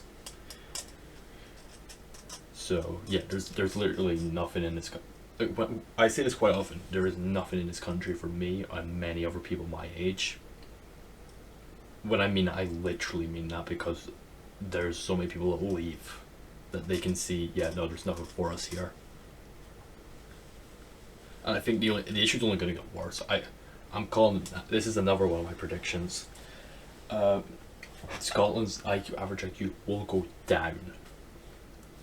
Someone come back to this episode in 20 years and comment on if the IQ has gone down. I think it will have. But we'll see. But I think it's going to go down further. We'll see. I truly believe it will go down further. So wait, how long have we been talking? I'm starting to feel like 3 hours and wrapping 7 it up minutes. on 3 hours 7. Well, I slept in the last 2 times we recorded, so I guess this is me making up for all that. Yeah, get it back on. Good ramble. Yeah. I I do want to come up with like something that's a little bit of a wheel of fortune at some point. Trying to figure out what to put on it, just to keep things fresh. Yeah. I mean, we're kind of having to figure out the new how how to run a show without having. Well, you're figuring out. I was never on PCM. There was no Alistair Kane in PCM. You're figuring out how to run a show without the basic framework of politics. Yeah. No, I sort of I flounder without being able to bring up SOCDEM policies. So it's been a struggle for me. Yeah. We'll need to branch out into VTubing now. Oh no. Oh, have I not told you my deep lyrical analysis of Hosho Marin's Unison, which is... I don't think you have, but I do know you like VTubers. VTubing is the future. No thanks. Set it now. No. Get in early. Buy NFTs of it. No. Either way, I think I'll record something in live action before I do fucking VTubing. I don't know, fuck that shit. You know what we could do? We could record your live action face and then rig up a VTubing avatar that plays clips of your live action face. No thanks. No, I have no intention to show my face either. I think I'll probably end up just get a white monkey mask made or something like that. Something like that. Yeah. If the boys at PCM can actually keep that show alive, and that's a big if. I don't know. We'll probably end up recording something when we're all at Bloodstock. But okay. Hope you have. I'll be looking forward to that. If we do though, I might end up recording something just for this. Down to the fact that I would like to have Archives on at some point because he's my dude. Is the dude? Yeah, him and Homie are the two I would like to have on at some point because they're both really cool. But if they keep that show alive, I don't know. Homie seems to be quite dead, so I'm trying to keep it alive. So to give him full credit, he is trying. No one else is, but he is. Yeah. It's hard work keeping a podcast going. Not to like air out their plans or anything, but as far as I'm aware, he's trying to keep it alive. I think Proxy said they want to take a longer break or something like that. I don't know. It's not my show, so it is what it is. What? Looking forward to seeing more of that, more of this. I hope they keep it going because I would like to see the show succeed without me. Yeah. Not me, you. I was never on PCM, but it means that I don't know. People can separate the show into different eras. You've got the Angus era. Now you might have the Homie era. I'm still going to show him how to edit at some point because I offered to him, hey, look, I'll show you all the software I use for editing. I'll show you the exact things I do. All that shit. Though I'm pretty sure he's gonna have to go serve for like a year or two because they have mandatory military service in Greece. So if that happens, I think that's it for PCM. It might be a long, If that show ever officially dies, we should do like a proper final episode. Yeah, no, I'll agree with that. I'd come back. I think that would be good. Yeah, I'd come back for that. I wouldn't. I'm sure Angus would. You're sure that Angus would. I'll ask Angus. I'll ask Angus if he has one more in him. But I don't know. You could maybe try to get everyone who'd been around from the start one episode. That'd be nice. That is if they do officially. That is if they do officially decide to go. We're done. This is over. Yeah. I had a good run. I had a good run while it lasted. Yeah. Well, I mean, that would be something to keep checking in with Homie and see how things are going. Yeah. But of course. Oh no, I was just gonna say. That said, I do hope you don't mind if we wrap up. That's no issue, yeah. Is it okay? Yeah. Do you mind if I could do an outro? Go ahead. Thank you for joining us on the No Society podcast. Please join us next time. While we discuss Hololive and the recent rise in VTubing, as well as a deep lyrical analysis of one of the songs of Hoso Marin, who is a pirate girl, apparently. What is it with Japan and And pirate you can listen. girls? You can. What did you say? What is it with Japan and pirate girls? Well, they don't have that many of them. I'll point out, New Japan's previous women champion was a female wrestler who played a pirate. It seems to be something I'm noticing over time. I mean, you have what's her name from Guilty Gear as well, May.